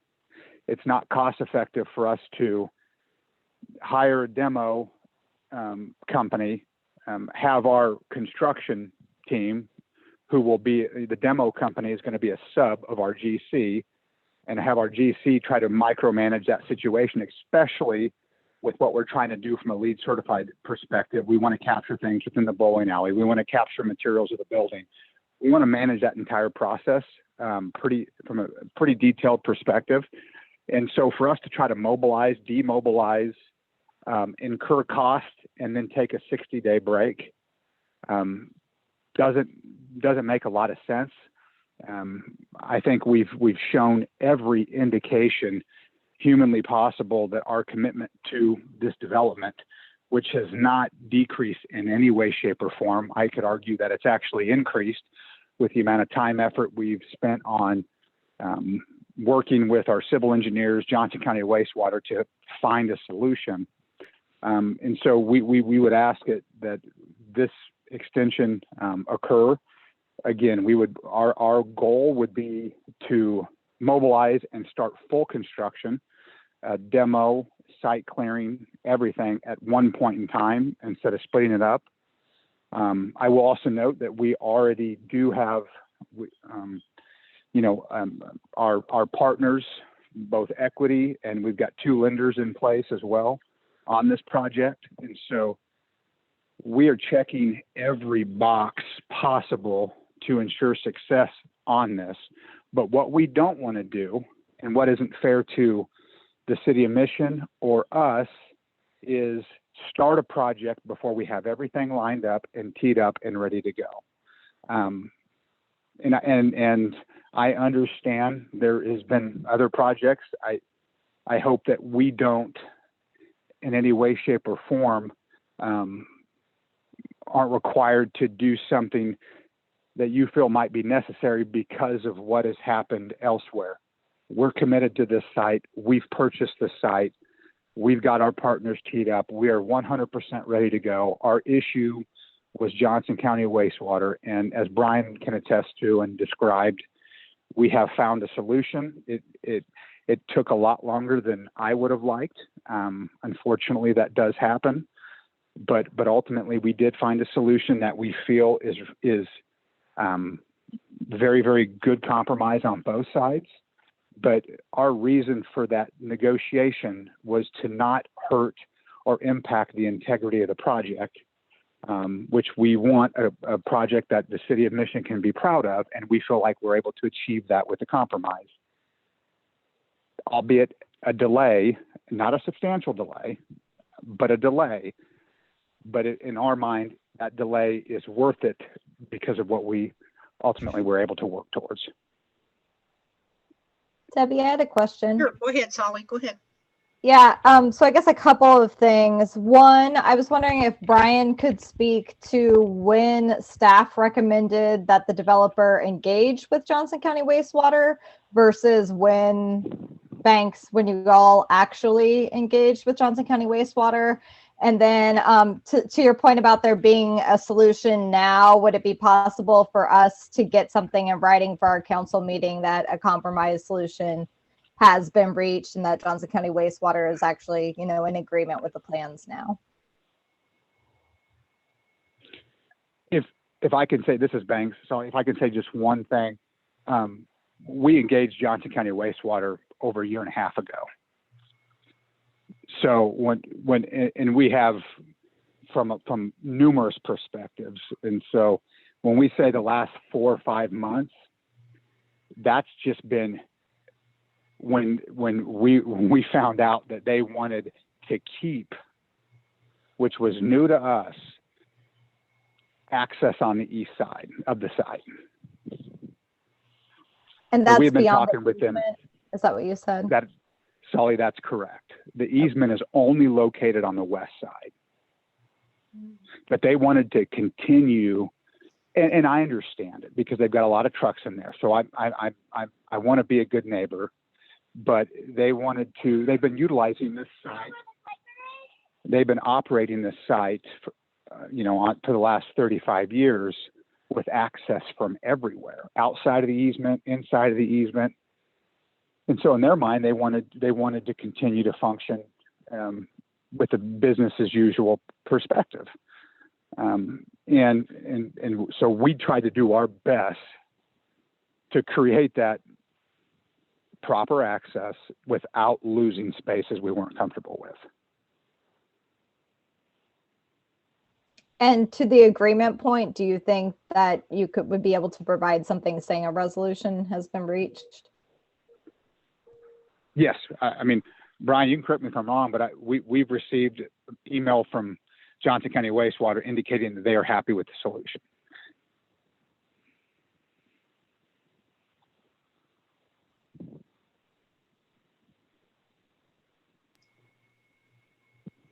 I don't know. Is Brian muted?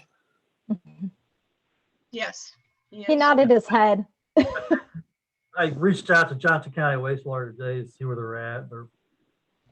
Actually, I did last week, and I reached out again today to see if there's any updates from last week. And I think generally they're satisfied with the solution. They'd like to, like all good engineers, have one last look at it before they sign off on it. But I can ask for some kind of formal, something in writing on letterhead that says they agree to it. And we'd like something legal as well to protect everybody. Brian, when did staff first recommend that they reach out to JCW? Yeah, I've worked with JCW on some other projects recently, and I know they can be a bit challenging. They're very cautious, and they double check and triple check and quadruple check. And so with that, I told Banks, pretty early on in the project, like about a year ago, when we really started getting serious about this, that they needed to have some conversations with Johnson County Wastewater and to kind of get out in front of it before it gets out in front of them. And does staff feel that was done diligently? I think so. It's kind of hard to react sometimes. You have just a very general site plan. It's not till you really get down to a more finalized site plan where you're actually looking at where the ingress and egress is going to be and the spacing on the parking lanes and some of those more fine new details that you can really start to look at something and determine if it's going to work or not work. So, but yeah, I think, they've been making a pretty concerted effort to have some conversations with Johnson County Wastewater over the last year. And the main reason the conversation started is because we knew we had to move that sewer line. And so I'm looking at emails right now from April of 2020,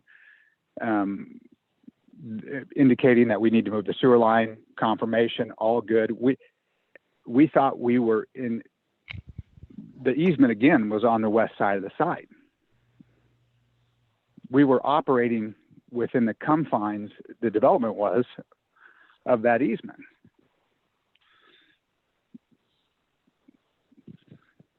I have a question. Go ahead, Ken.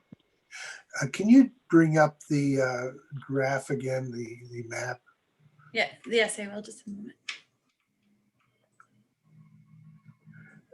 My question has to do with the area that's in yellow on the east side.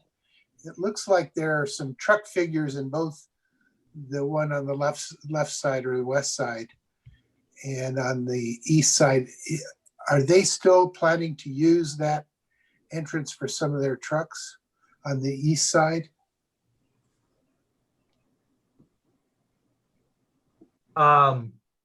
Yes, I think the plan right now is that the smaller trucks that do the cleaning can come in on the east side. They can make it around the parking lot and get back to the lift station and do what they need to do, and then exit on the west.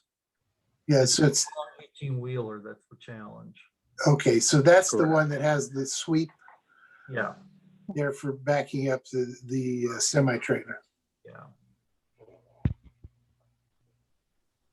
Okay, so they are going to be using both entries for their access. Right. Yes, sir. Yep. And this kind of light brown, and correct me if I'm wrong, Banks, but I believe that was the easement that was this. That didn't really show up on the initial plats. You guys had to do some digging to find that. Was that the original easement? Yeah, that's correct. There was actually no easement on the plats at all. But after going back 40 years, our civil engineer did a great job of finding that through actually Johnson County wastewater's records, which clearly indicated the easement on the west side only. And so our solution was to allow them to continue to use the east side as well. Now, at first, there was a option in which we would lose 25 parking spaces, which in our mind wasn't reasonable and something that we didn't feel would give our project an equal playing field with other Class A projects. But that being said, having the cell tower access easement over there, in a weird way, came back to help us because that's how it was programmed to keep that area clear. And so we were able to create a way to allow that east side entrance and exit I think we ended up losing 3 spaces to continue to work with Johnson County wastewater. Okay, then there's this area that's in yellow where there's, I guess, parking for one of the commercial establishments across the street. Is that correct? Right. That's for the peanut. Yeah, but I think it's being used for not the peanut, but for some blind. The blind broker. Blind broker, yes. That's correct. Mm-hmm. And is that going to have to be limited in terms of when they can park there? Is that the idea? Our idea is we're not going to be able to have Steve in that lot not park there from 8 to 5, and so that'll be a situation where we may have to move vehicles or whatever we have to do, but or ask them to just simply park over a little bit. But I have talked to Steve about that, and he understands the easement, and he is willing to work to ensure that they have the proper access. But he doesn't want to obviously lose spaces either. Right. Okay, those were my questions. Thank you. Anybody have any other? We had some chat dialogue going on relative to ensuring that Johnson County wastewater, there's an agreement in place signed. And I think we've had dialogue going back and forth on that. And that was Sollie's original question about it coming up at the May 19th meeting. So I think we've got that resolved. Yeah, and Debbie, I did have one other question about the demolition. And so, in my view, when you all took over the property, bought the property, and we had the dangerous structure, declaration on the site for the old building. I wasn't happy the first time that demolition was delayed until this project got going. You know, I thought demolition should happen at the outset once we deemed it a dangerous structure. So, I mean, I don't know where everyone else stands. I see what you're saying about the costs associated with, you know, mobilizing crews twice and issues with if you recover materials from the site, you know, and then there's a gap. But, you know, I think if we're talking about a delay, at least on that piece, in my mind, this is a, you know, a one-time shot if we grant it. And if it's going to get pushed further out than that September date, I would expect that the cost would be on you all to figure out. Others might disagree, but that's my view on that. Sollie, I can appreciate that. I have a quick question, Banks, while you're on. At least 3 council members had questions in the past on your design. Do you by chance have a change in any of your design components that could be available before the Planning Commission meeting in June? Oh, absolutely. We're going to submit, our plan is to submit, Brian, May 13th is the next submittal date. Okay. We will absolutely submit by that time. And our plan is to hope, I'd like for Connor, and I believe he's going to get something in by this Friday. So 48 hours. There have been a few changes based on all of our previous discussions that we promised to make. Just an example, just talking about it here, is one of those changes is that we liked a lot, and I think the city of Mission liked a lot on some other projects, is we added Juliet balconies as an example on some of the studios that may have not had a balcony. We changed the color, as I've talked about throughout the Planning Commission and City Council meetings. That has been done. And so we 100% have made the changes that we promised to make, and we'll submit those here. I hope they should be in the next couple of days. Thank you. Thank you. You're welcome. Anybody else have any further questions? Debbie, I have a couple questions. Sure, go ahead, Hillary. Yeah, thanks. Hi, how are you? Thanks for coming. Hey, how are you? No worries. I was just wondering if you had just a rough estimate of what that cost you would experience for demolition now and then a 60-day pause. Oh, let me just calculate it in my head what I think it would cost to mobilize. Just to give you an example, what it costs to mobilize on a project that's about 5 miles from that site is about $143,000 to mobilize, get everybody on site. And you can't just take a break, right? For 2 months.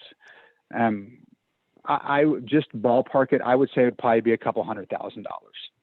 Okay, thank you. That I think helps put a number, at least in my mind, to understand what you all would be experiencing. Is there any room for there to be any fencing to go up surrounding the property prior to, you know, even looking in July or August, as soon as you've got all the plans solidified, just so there's an added barrier for protection against the building and also some buildup of momentum for tearing the building down? And that, Brian, Laura, that might be a question for you all as well, but just a thought. Yeah, I do think that there could be an opportunity there for us to put up fencing, after the FDP approval. Once we get the thumbs up and we're go, I do think there's absolutely an opportunity for us to put up fencing, and we'd want fencing that would kind of brand the project as well. I think that is an opportunity for A, the city to show that this is happening, and then B, for us to brand the project. So I without a doubt think there's a very strong possibility that could happen, and that's pretty inexpensive. Thank you, Banks. Yeah, you're welcome. We have a comment in the chat feature from Ben in Mission, Kansas. Would like to make a comment. Yep. Go ahead, Ben. Yeah, thank you. So I've commented on this project a couple of times before. Just a reminder, my wife and I live directly behind the site, really down at the end of our yard, overlooking the lift station. And, I just wanted to say that around the time that that Banks and the team took control of the site, the old Mission Bowl building was very obviously, spruced up, boarded up much better than it had been. And that's all obvious from Martway, but the part of the site that we see behind, there's old fencing to the mini golf course and the a shed and entry to the building. That was all taken care of in a much nicer fashion than it had been before, and they've done a reasonably good job, in my opinion, of when there are issues, taking care of them. The gate gets unlocked or something like that in the back or something like that. They're responsive to that, and also I think the police department has done a good job. We see them back there most evenings with the searchlight on, just checking things out. So I would say that I think they made a noticeable difference in terms of trying to keep the site safe in the meantime. So I just wanted to add that. Thank you. That's good to know. Debbie, Debbie. Go ahead, Ken. Ken? Yeah, I just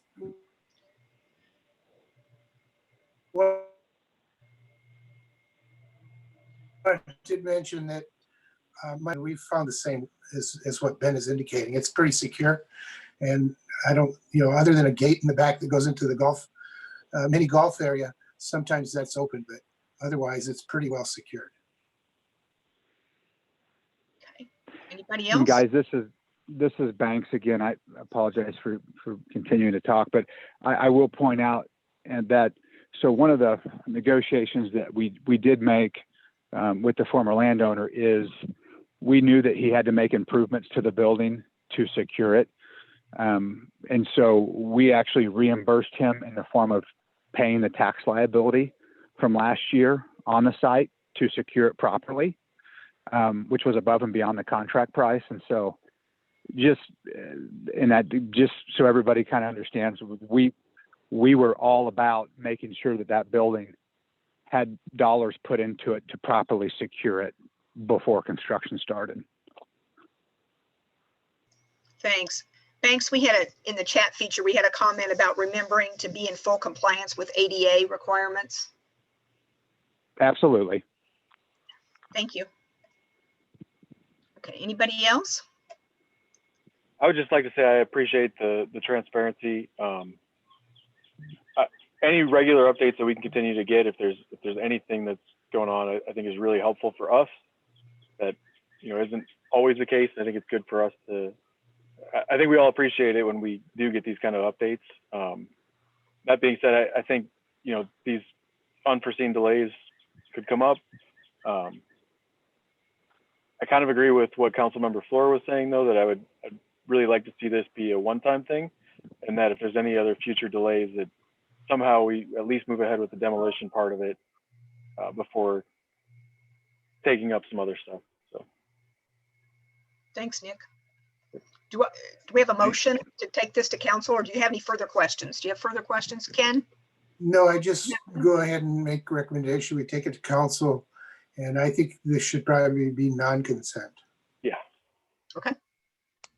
Thanks, Banks, for joining us. Appreciate it. All right. Thank you, guys. Have a good evening. Okay, we're wrapping up with our discussion items, and the first one, we have two.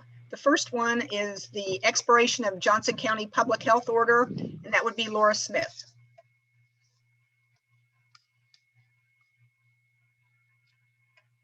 Muted? No, we can't hear you.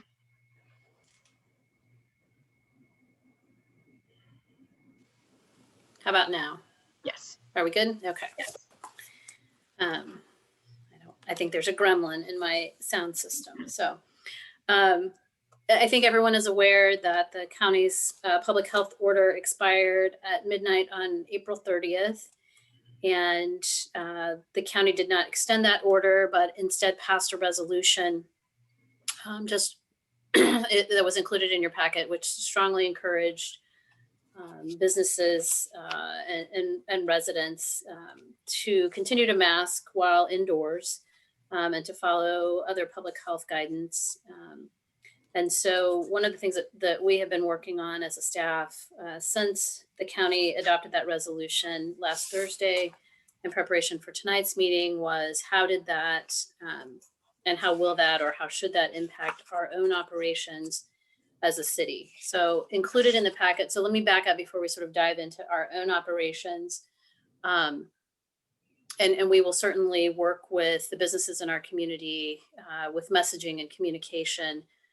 But it is up to each individual business in our community to make their own determination about whether they are going to require masks within and on their business premises. And certainly, if a business were to decide that masking was something that they wanted to require, and then they had a patron who was unwilling to comply and became disruptive, that business would certainly have the opportunity to call on our police for assistance.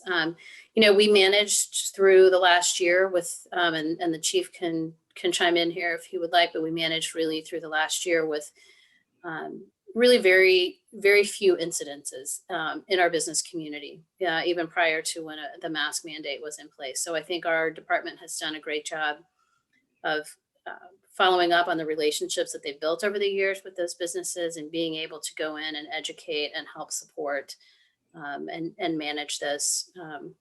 I think overall our goal has been and would continue to be to just recognize and respect each other's preferences and follow the guidance that's out there.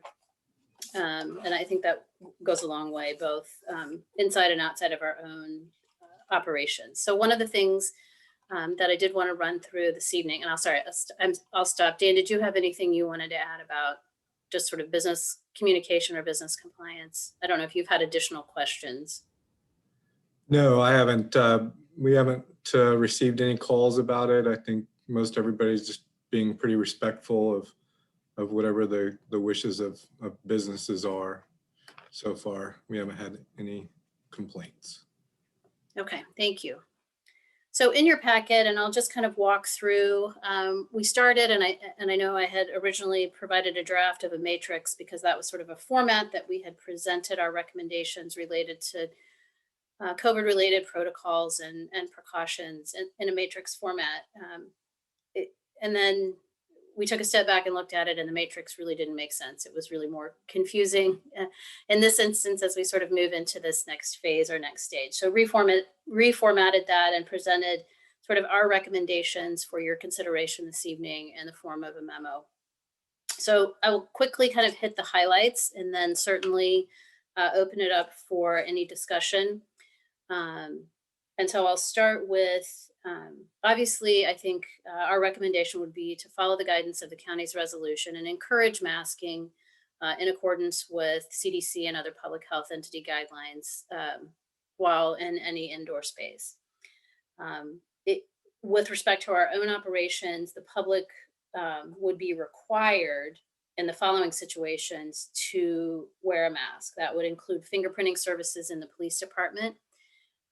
Both staff and the individual would be asked to, or required to wear masks whenever a member of the general public was in a non-public area of one of our facilities. So if there were some reason to invite someone to a private office for a meeting or a situation and bringing the public into those employee spaces, we would require masking.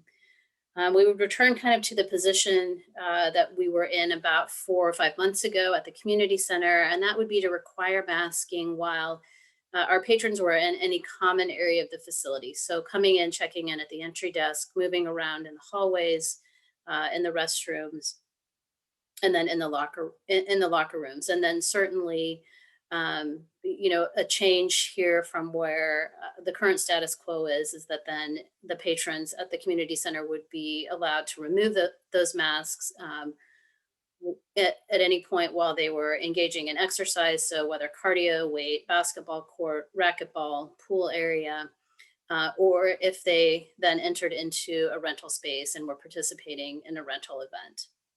One of the big drivers there, and we're pleased to be able to report that we've been able to get staffing to run and offer our Mission Summer Camp program this year. which is, as you know, something we had planned for and hoped for and have been very cautious in advancing. But we will have the opportunity, we believe, to have about 100 children in our summer camp program in the facility for either 8 or 9 weeks. I can never remember for the summer, but basically 1st of June through the 1st of August. As well as parents and then additional camp counselors. And so just in recognition of the fact that being able to offer that program, which is a revenue generating program for our community. And I think as Councilmember Schlossmacher pointed out earlier, that's a facility that has been losing revenue at a tremendous rate over the last year. And just in recognizing that will increase the daily attendance over what we've seen for the last year, that we would hope that that asking folks to wear that mask in those common areas is something that would be respected and followed. And then certainly, just in the enclosed common areas. So as you're checking in at the entry desk or in a locker room or bathroom facility, at the Mission Family Aquatic Center, and then once on the pool deck, you would be able to remove that mask. Masking for the public would not be required in the following situations. So when they are in public areas or lobbies of the police department, City Hall, we don't have a lot of public that are in the lobby of the Public Works building. And again, we do make that distinction. I think the function and the operations of the community center, particularly with the addition of the summer camp, are dramatically different than just the volume of traffic and the length of time that people are spending in those lobby areas. Again, when inside a rental space at the community center, when exercising at the community center, and when on the outdoor pool deck at the Mission Family Aquatic Center, and then also the public when attending a city council meeting. And I know that many of our neighboring cities are requiring masking at their council meetings, as well as limiting capacity. I believe that is driven primarily by the fact that most of the other cities are planning to come back in person or are back in person in their existing city council chambers. We have a plan that when we come back in person on the 19th of May, that we will be meeting in the conference center at the community center.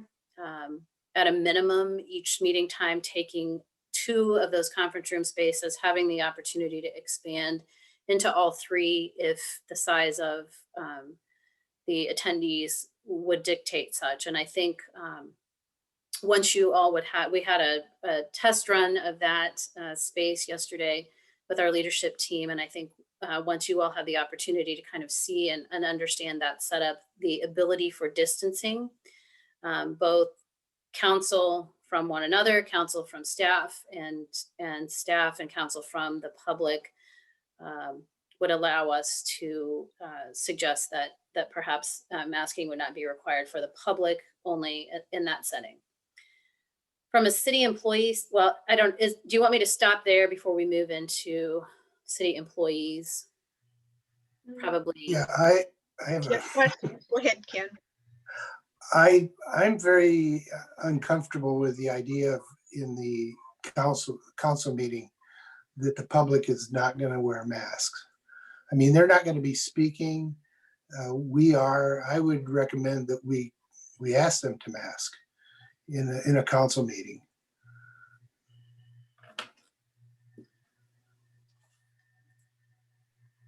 Okay. Other thoughts, comments, feedback on that? I tend to agree. Just sometimes these meetings go 3 or 4 hours, and if you're sitting in the same room the whole time, and I mean, it'd just be a little bit more peace of mind that way. I mean, I'm happy to go along with it too if we end up deciding not to, but if we do have a preference, I would like to require the public to be masked at least in council. Any other comments on that issue? Debbie, this is Kristen. I don't agree with that. I think that if the recommendation from the county is that we don't need to mask up, I think that we should follow that. So I would not be in agreement that we need to go ahead and ask the public to mask up in city council chambers at the community center. Thank you. Thanks. Thanks, Kristen. Yeah, I would echo that as well. I mean, if there's adequate spacing there, then I don't think it's necessary once we're seated there to wear masks. Obviously, if you get up and walk out into the hall or whatever, sure, put it on. But I think if the county has not taken this back up and extended it further, I think we're fully in line with any recommendations that are being pushed by the health department then. So I would agree with Kristen on that. Well, it also meets the definition of what we just described to before. When you're at the point of destination, you can take it off. So it's kind of mixed scenario, if you will. Go ahead, Sollie. Yeah, I was just gonna say, I personally would prefer to see masks at the council meeting, and I hope that people will be respectful in following the recommendations and being considerate of others. But I just wanted to, thank staff for the hard work on this plan. I know we've had a lot of discussion on this the past couple months, and particularly with respect to the community center. And to me, this plan, doesn't have everything I'd like to see, but it seems like a good workable compromise that hopefully, everyone can get on board with. Okay. Anybody? Go ahead, RC. I am in favor of trusting our citizens to respect each other's space and giving them that option as long as we are spaced out adequately. I am okay with them once they get to their destination removing their mask. Thanks, RC. Ken, Debbie? Sure, go ahead. Yeah, I think, we have the incidence of COVID is on the rise again. I'm very concerned about that. Even though the county has chosen not to, they've strongly encouraged, the CDC still recommends that people are masked indoors. And I think with the public, you don't know who's coming in. You don't know whether they're vaccinated or not. We at least know the council, most of the council has been vaccinated. Most of the staff has, but you don't know what the public is coming in with. And there's no screening going on. So I would really urge us to require that the public, if they're going to come in, they do wear masks. And if they want to speak, they can speak. But I just think at that point, they can remove the mask in order to do that. But I'd rather have them masks the rest of the time. Okay. Sollie? Yeah, I just did have a question since Ken mentioned screening, and this is maybe a question for council meetings, so long as they'll be at the community center and the community center more broadly, is will we be continuing with our COVID check-in, COVID waiver process for so long as there's the epidemic, or what's our plan on that piece?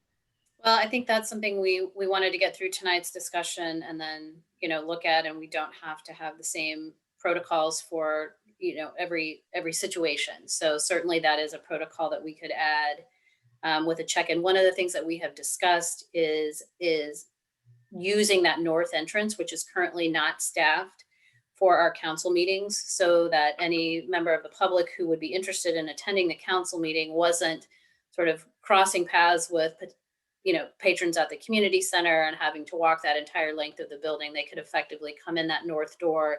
We would have a check-in process.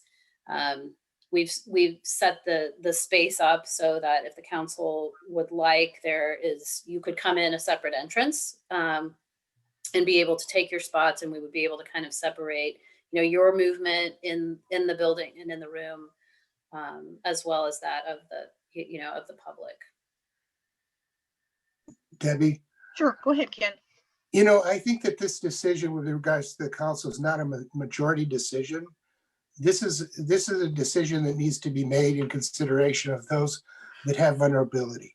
And I do have vulnerability, and therefore I think that I need to be respected in my request that masks be worn. If that's not going to be the case, then I will ask to continue to participate on Zoom. Thanks, Ken. Anybody else on this topic?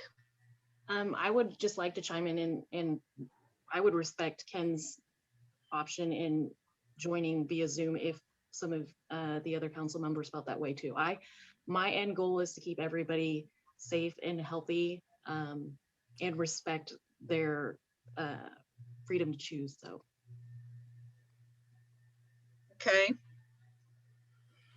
And I do want to point out that we will continue to offer, I'm sorry, Councilmember Thomas. No, Lord. We will continue to offer, there will be the opportunity for the public to participate remotely if they are not comfortable. I saw a comment from Mr. Chosey in the chat box. Certainly we will maintain that option for our residents to participate if they are not comfortable attending in person, and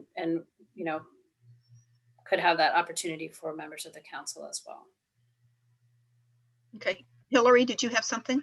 Sure. I was just going to add, I'd like to see masks worn at council meetings as well, having that be a requirement. Although I am comfortable with the other situations of removing masks at your destination, particularly considering Ken's comments with respect to a council member that we have, who I look forward to having us all back together in person, but that I think respecting each other enough to all be able to be back in person, it warrants us to consider this at least for a while. Okay, Sollie, go ahead. Yeah, I just wanted to revise my position in light of Ken's comments and basically second what Hillary said. I think getting us all back together in person is really important, and it's not a big ask for people to wear masks since it's going to be the recommendation anyway. I would think that way as well. Okay. Thank you. Okay, let me just quickly run through kind of the remaining recommendations as they relate to city employees. But essentially, as I laid out in the memo, I think as public servants and people who interact and serve our community on a daily basis, it's really important that we continue at this point in all of our interactions with the public to be masked.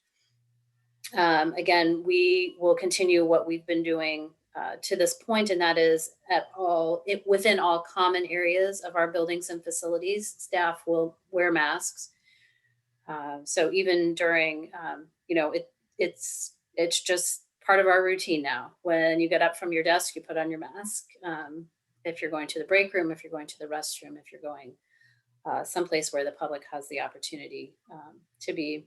When moving in and among work groups other than your own, when there is more than one person in a city vehicle, if both individuals are not vaccinated, and when conducting a meeting with any outside participant, consultant, vendor, peer from another city, etc.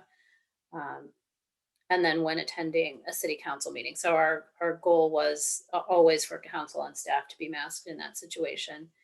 And then, our goal as we looked at some of these more internal operational changes or recommendations was trying to find out if there were ways that we could potentially incentivize our employees who haven't received the vaccine to do so. We didn't come up with a lot of opportunities, for that. But one of the ones that I think is just city employees would not be required to mask any longer when moving within their specific work group area. And probably most importantly, that people should leave their masks on. We're really encouraging the communication among employees about making sure that everybody is comfortable with a situation. I think kind of similar to the conversation we've just had around masking at the council meetings. So with that, I had a question earlier today about, how long we thought these protocols and precautions might be in place. And I think particularly as I look at it, again, I think that the conclusion of our summer camp program probably provides a nice opportunity to revisit that because there'll be a dramatic change in the facility again, and then will be a few months down the road. So I think it would be our plan to you've been very generous in giving staff the ability to kind of make adaptive changes, and along the way we've tried to be respectful of you and bring back the major policy decisions as well. But I think that we just continue to kind of monitor this and keep the lines of communication open. And I do see a question in the chat about hand sanitizer, and we can certainly make hand sanitizer. I think the standing stations, Penn, if I'm not mistaken, are still available throughout the community center facility. They are available throughout the facility, and we can move one right in front of the council entrance. Go ahead, Trent. Thanks. Just wanted to echo a previous comment earlier. Thanks to staff for putting this together, and it's exciting to see some of these changes. Hopefully it means we're getting closer to being back to normal. And I'm just, just wanted to voice my gratitude for that. So thanks. Thanks, Trent. Let me bring something up, and you can nay it or yay it one way or another. In total respect to Ken Davis and what he's gone through with everything health-wise, I have total respect for his position and where he is. I also have respect for those people who take their time and effort to come in to an in-person meeting with us. And since the county has dropped or suspended their ordinance on masking, we want the city council meeting to be something that's enjoyable and people can ask questions and feel free. I think we're giving mixed messages to people right now about what they can do with masking. And then when it comes down to enforcement, if we've told people it's requested, but it's not required, your point of destination, you don't need, we're giving mixed messages. And because I have concern for Ken, I would certainly recommend at this point, regardless of how that Ken do the city council meeting via Zoom for his protection and not offending people in the audience who feel like they've met the requirement by the county. But that's just what I'm putting out there. Let me be clear. It's my understanding that the county is strongly recommending that the mask continues. They did not lift. They only lifted the requirement. Right. They lifted not, but they're not saying that the people, they're saying that they strongly recommend that people indoors continue to mask, as is the CDC policy. Now, I don't mind, doing it by Zoom. The thing that I am concerned about and what kind of bothers me is that when we first talked about meeting again in person, I was not told that the public was going to be coming in without masks. And that was not the premise that I said I would be willing to participate in an in-person council meeting. So, if that's what it takes, then I will Zoom. But I do think that this is a situation where the majority is not the one that rules. It should be the minority in respect for those that are vulnerable in these conditions in an indoor meeting. If people want to come to the meeting, they can come to the meeting, they can wear a mask. And if they want to not wear a mask, then they can Zoom. Okay, well, that would have to be a policy decision, and that would be that's my recommendation. Okay. I just don't know how you tell the population at large it's not a requirement, but we're telling you to wear one. I think we're giving mixed messages to people. Go ahead, anybody?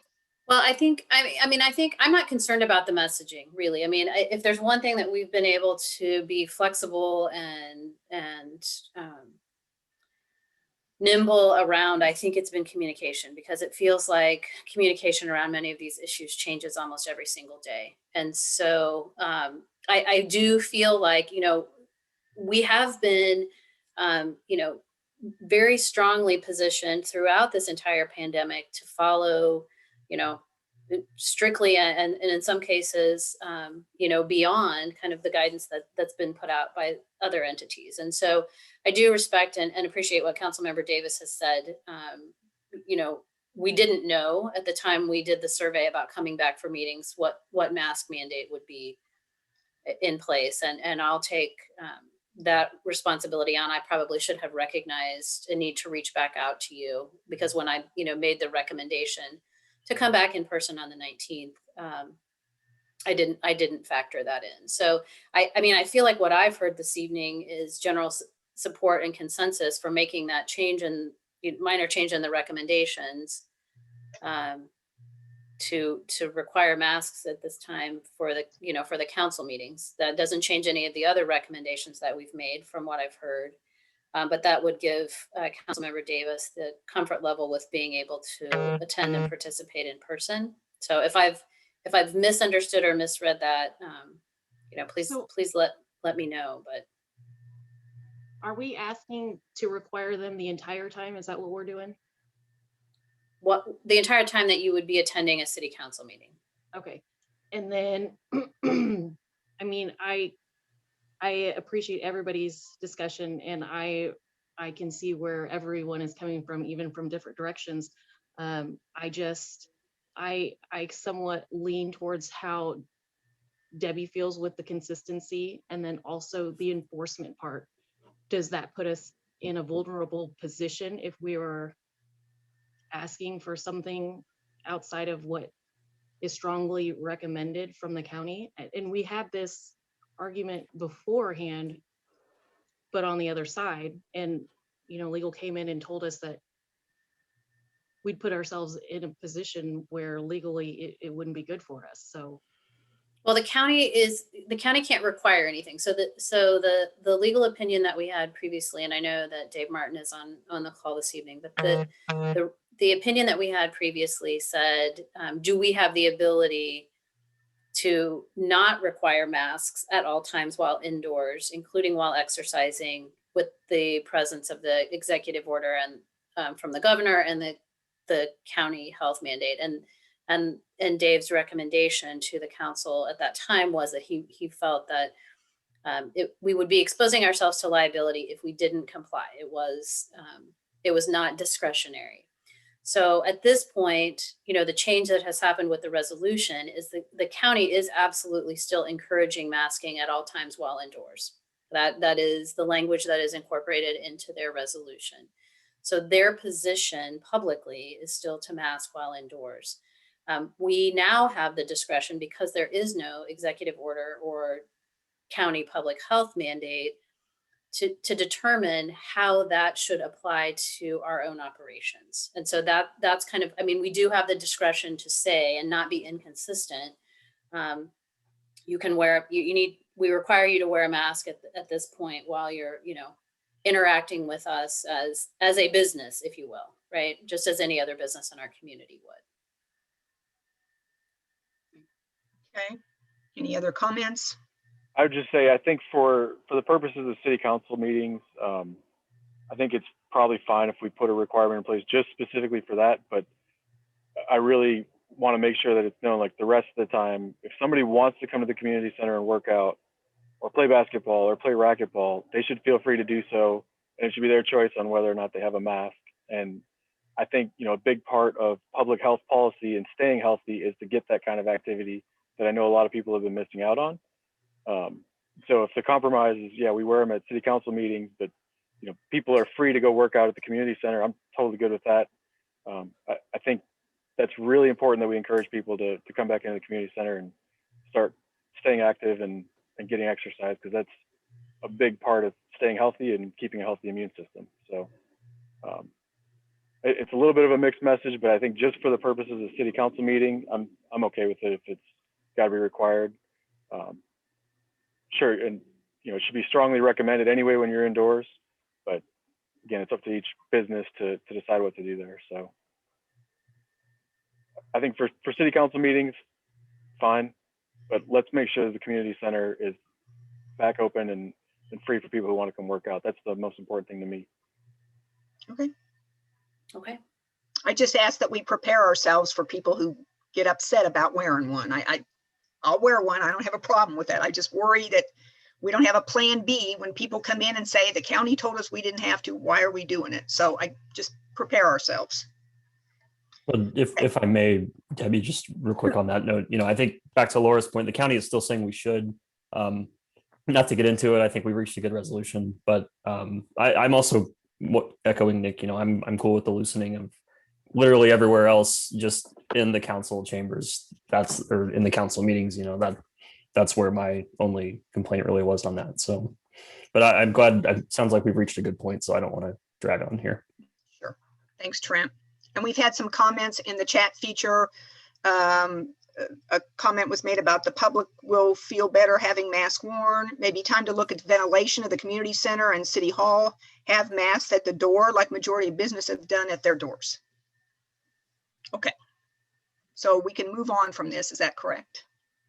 I believe so. So we'll advance a motion which revises the recommendations that were included in your packet to require masking of the public while attending a city council meeting, to move forward to your May 19th agenda. Great. Thanks for all your work on this, Flora and staff. Ken, go ahead. You.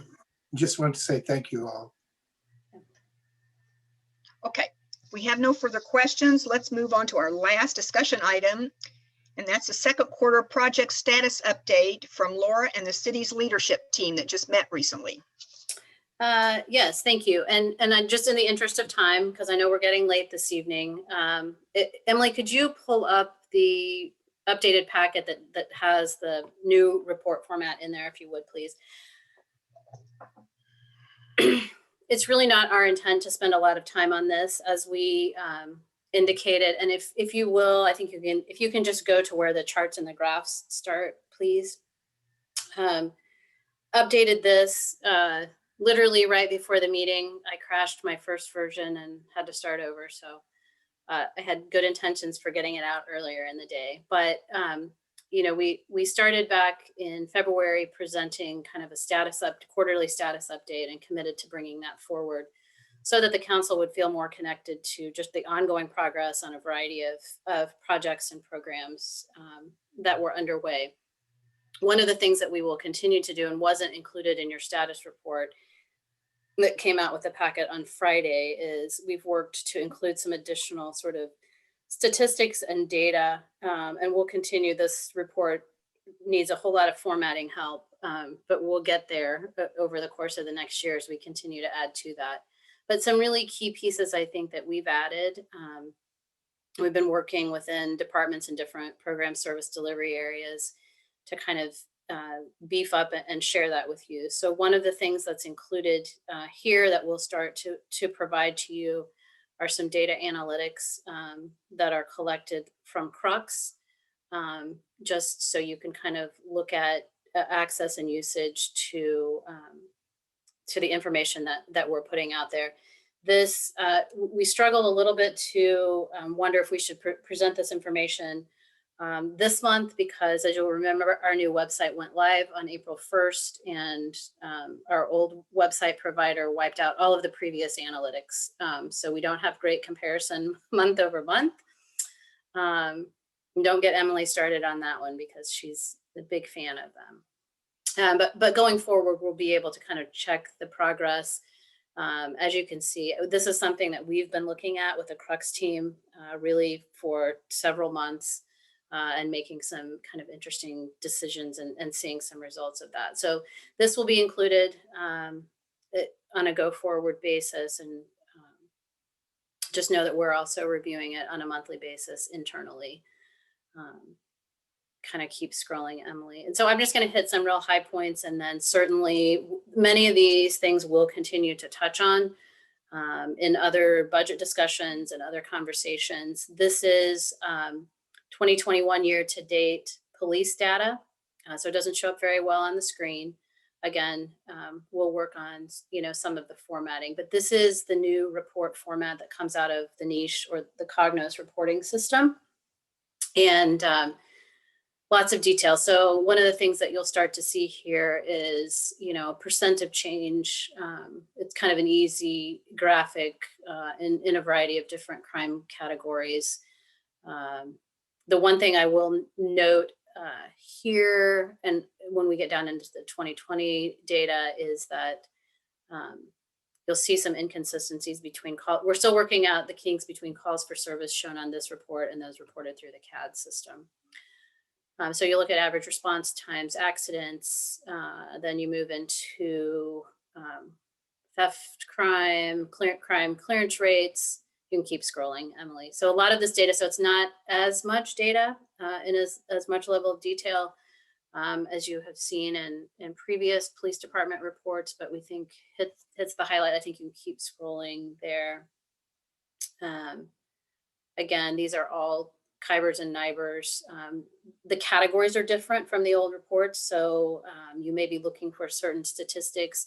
Please note those. The chief and I have talked about being able to add or pull out some things that you may be interested in. So once you have a chance to look at these in more detail, just kind of let us know. And you, I think, can keep scrolling if you would, please. So these are use of force statistics. Year to date, broken down, you'll see that top are calls for service. Total use of force incidents at this point in the year is 10. And then use of force as a percentage of calls for service is less than 1% at this time. And so, again, I think there's certainly some things that I know the chief and I are reviewing with respect here, but we'll be reporting these and updating on a quarterly basis. If you would, Emily, keep scrolling, and then if you flip it back the other way. So then so that's kind of the summary of the police data. Again, if there are things that were of interest, and when we look at the 2020 recap, you'll see some additional things added that by the time we get to the end of the year, you'll see. One of the things that's not included here is our bias-based stats. Our intent is to report the bias-based stats to you midpoint of the year and then year end.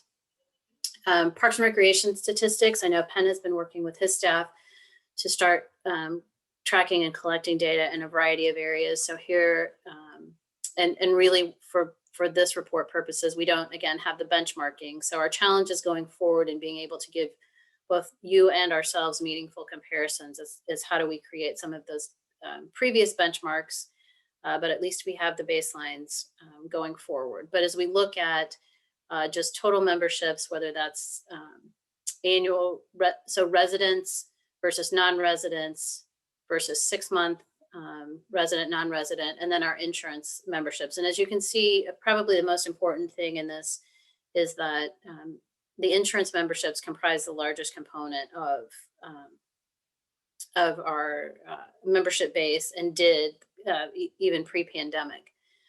That is a situation where a member is no longer paying an annual fee or a membership fee, but their insurance carrier is paying our facility based on the number of visits each month. Obviously, when you go into a pandemic and have a period of shutdown, that's a revenue stream that dries up even faster than others. So that's an area that as we move forward and look at long-term sustainability and viability of the community center, we need to think about insurance memberships. And quite frankly, they didn't exist, prior to probably 4 or 5 years ago. So in addition to the Planet Fitness effect that we often talk about, the insurance membership opportunities have probably had a more significant impact on our overall membership revenue streams.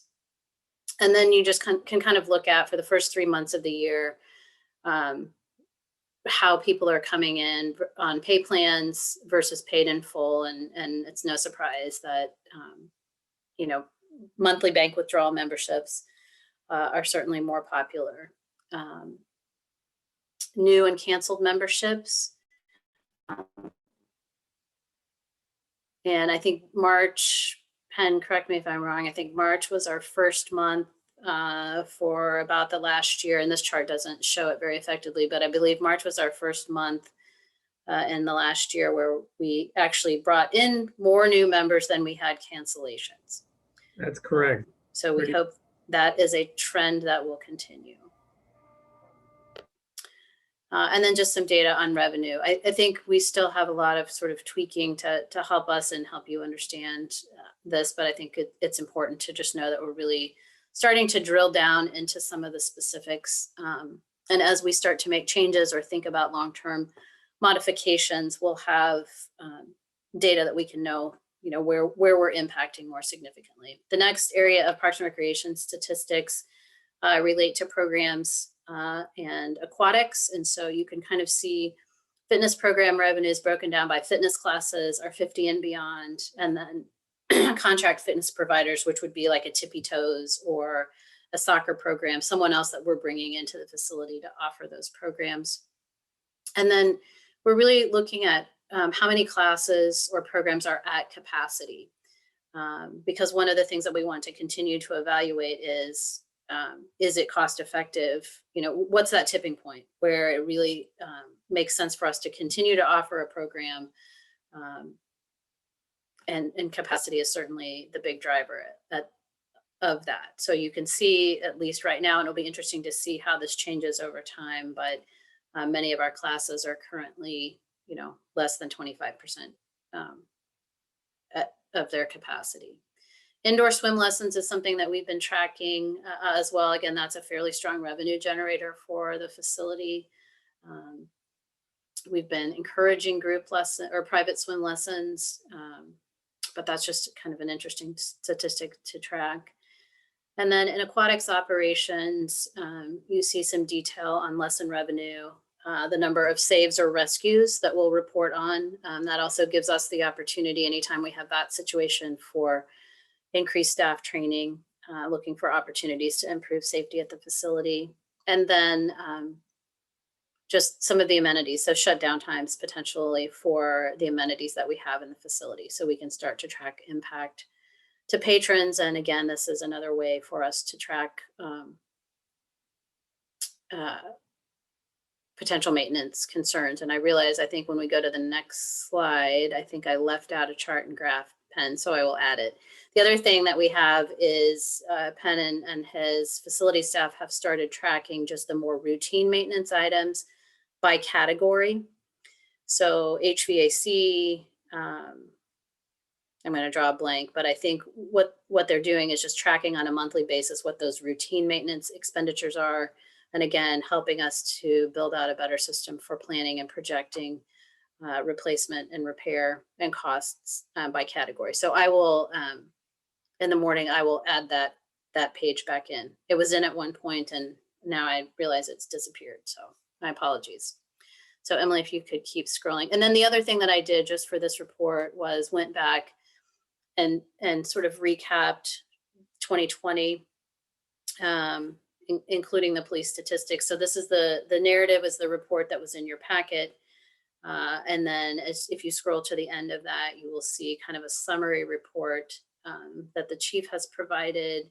The one thing that we'll plan to do, and kind of we wanted to create just 2020 at a glance. So if people didn't want to dive through all of the detailed data, they could just see some very general statistics about our department. Again, work in progress. So I would expect that we'll add and change and move things.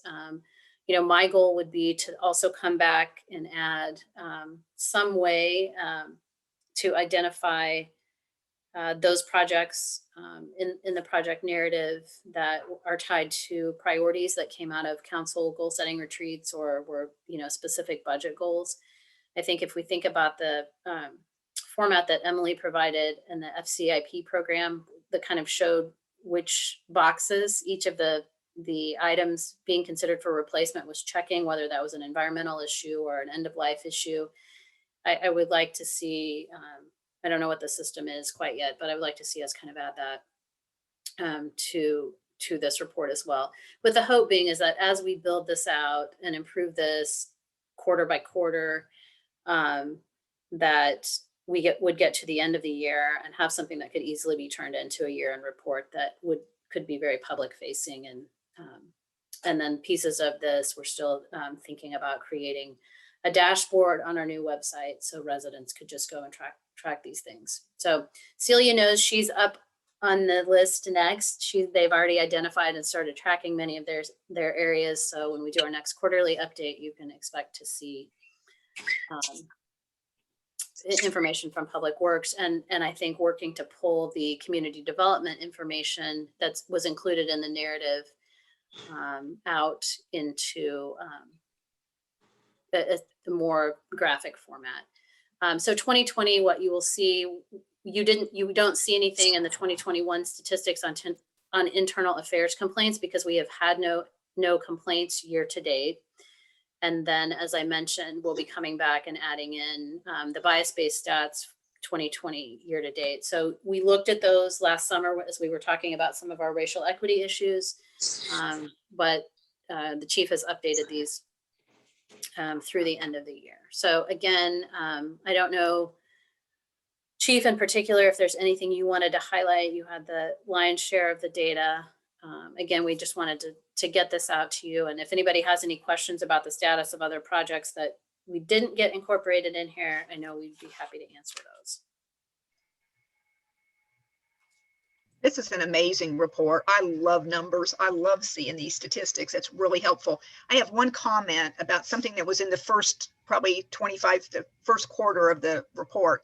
And that was where you had the pie chart depicting race, and you had black and white. And you really need to add another area, which is called ethnicity. And that would include, you need Asian, Hispanic, Native American, or you can put other, but it's not just black and white. You kind of have to have an area or a category that entails other people. Right. And so I think what you're seeing on that chart, so if you're looking at use of force statistics, it's because we did not have any in the 10 incidents of use of force to date in 2021, the only races impacted by that have been black and white. So as we go throughout the course of those other categories are tracked in the department's reporting systems. So should we have an incident or another ethnicity or race that's impacted, that will certainly be added. Thank you. Mm-hmm. And I think you can see on the 2020 report that those are included because we did have other races and ethnicities involved. Yeah, so you've got white, okay, black. Okay, yeah. Good. Thank you. Any comments or questions? And when will we have access to this? It's in the packet. Audrey uploaded it to the packet. Okay. So if you would prefer a printed copy, please let me know, and we'll redo that. Like I said, I'll go back and add the one chart I dropped out of Parks and Recreation on facility maintenance, but we can certainly get that out. And then last time, I think we posted this to the website on a standalone basis, and we could certainly do that again once I get that last chart dropped in there.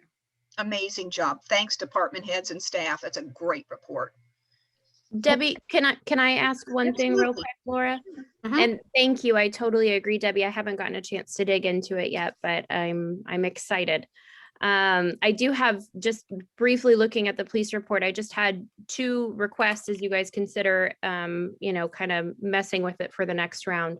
Would be under the drug and paraphernalia category, if we could even break down to be a bit more specific about what kind of arrests we're seeing in relation to what drugs are being used.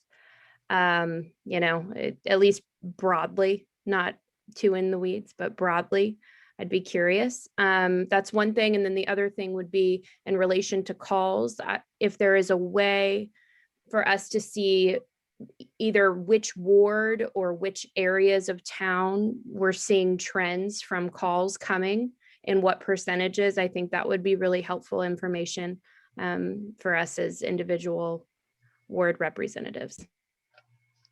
And it'd be a good chance for me to remind everybody that crime map is live on the website.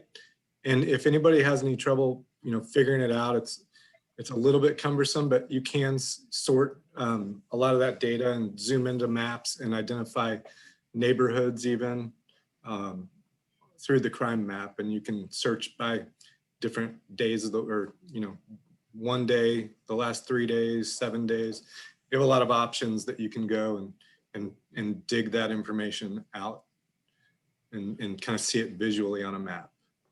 And I know that one of the things that Chief and I have talked about is as we prepare these each quarter, that he will go back and look at that crime map and look for just those trends and those locations. So hotspots, trends, because I know that's how they're using it internally at this point. And then the only other thing, Dan, if you wouldn't mind, do you want to touch on the LEFTA? Oh, yeah. Yes, so I'm happy to report that as of May 1st, we went live with the LEFTA product that you all approved for us to get, that will track all of our internal data with use of force data, bias-based policing data, internal affairs. All of those internal things are now kind of working together to give us that accurate picture and early warning system that we had talked about in order to make sure that we're doing a good job of watching what our officers doing and maintaining their officer wellness too. Great. A quick shout out to Dan too. I was down on Johnson Drive today and people were speeding like crazy. And one woman almost got hit walking across the street and he was very quick to respond. So I totally appreciate that. Okay, any other questions or comments on the report? Okay, let's move beyond that and get to our other, which is the department updates. And Laura Smith, do you have any additional updates for us? Well, I will have a couple but I think we'll start with Brian. I know he has one quick staff update, and then we'll move Penn and Emily, and then I'll just have a quick couple of reminders. Thank you. Yes, so this past Monday, Caitlin Service, our planner, sat for her AICP exam, American Institute of Certified Planners, and she was successful. She passed. So she is now an official certified planner, which is a real feather in her cap for a young professional, and a real feather in our cap as an organization as well, to have some of the first stature on our staff. So we're very pleased about that. Good news. Penn. Park Monument sign foundations are being installed. The vendor came out and dug holes in each of the locations. So as you drive throughout Mission, you'll see the warning fence around each of those holes. Public Works has been installing all of the Welcome to Mission, Adopt a Street, and Adopt a Park signs throughout Mission. So you'll notice those going up. The Parks and Recreation team has been furiously painting the competition pool racing stripe lanes in preparation to fill it next week. And so we're trying to battle the elements in between rainstorms, trying to get it all painted. Laura mentioned this during her discussion items, but we are very excited that Mission Summer Camp is fully staffed and will proceed as planned. And we do have enough staff to currently operate the outdoor pool as well as the indoor pool. However, yeah, very exciting. However, we may need to modify hours if we can't continue to build on recruiting. So we anticipate that we'll recruit for the next 4 weeks and hopefully get to a more healthy staffing level, which would allow us to not have to modify some amenity closures. But still pretty exciting that we get to provide an outdoor aquatic experience this summer, and our team is trained and ready to get wet. And do we have an update? Do we have a swim team left?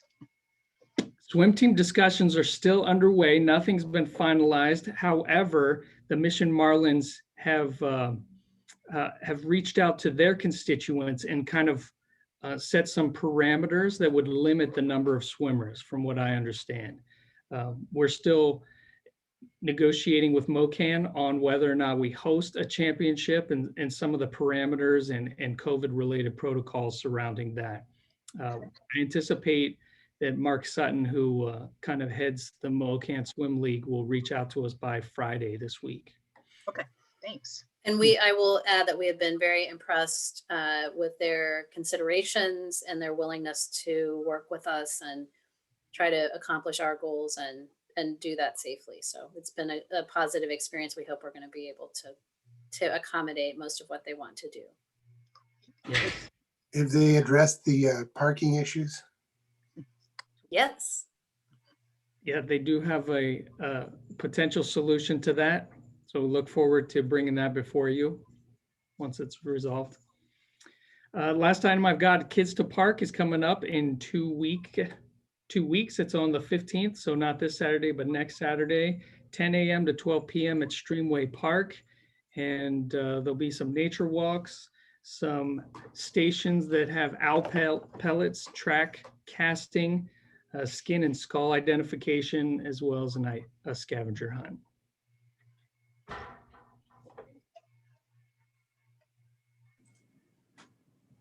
I have just a few things.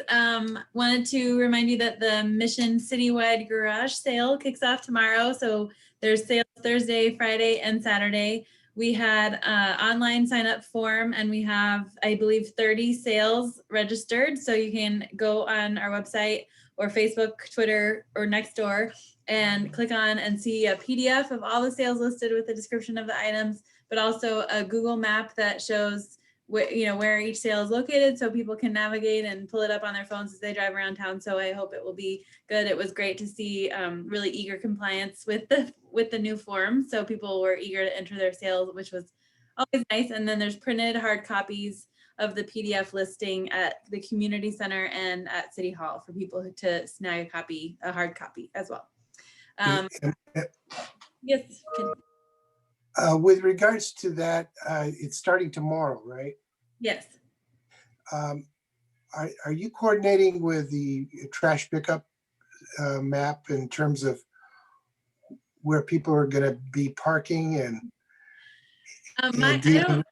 I don't know that in the past even we have done that. I don't know. Maybe Laura has history, but I can't remember. I always know that we've done Thursday, Friday, and Saturday, and all the years I watched Martha do it, I don't remember coordinating that.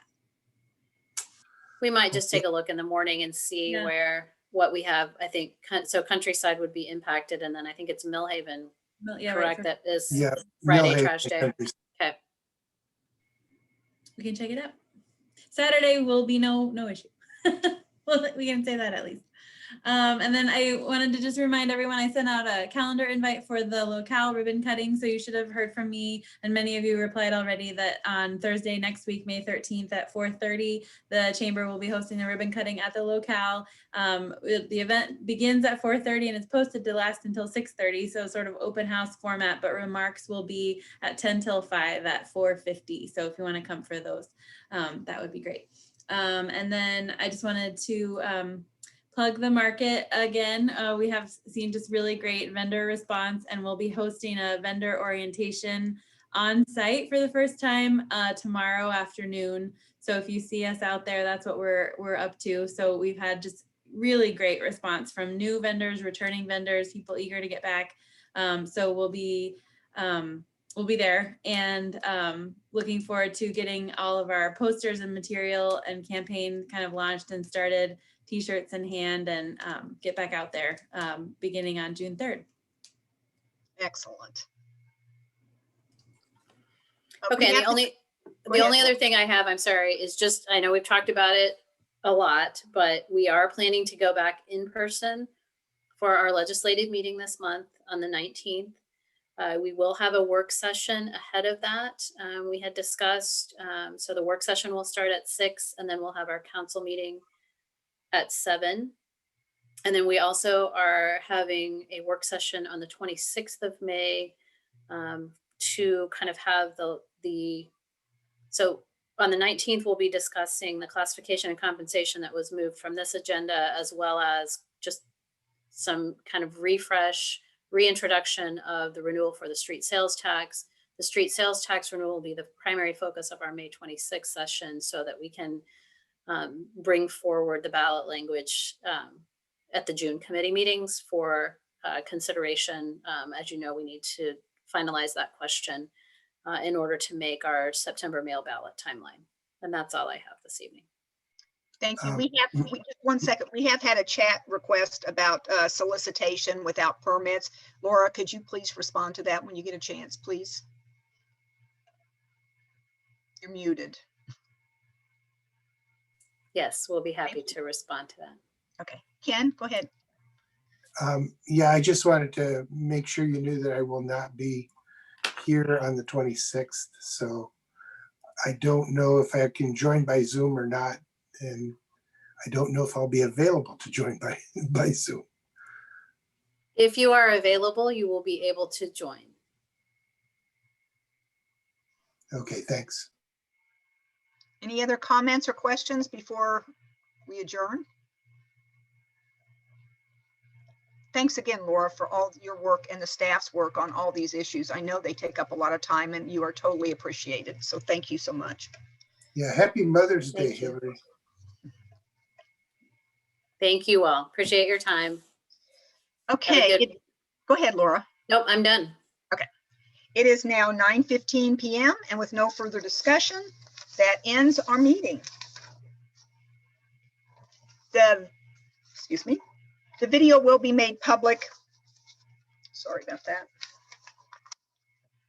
And be placed on our website at missionks.org. And we thank you for your attendance and have a good evening. Good night.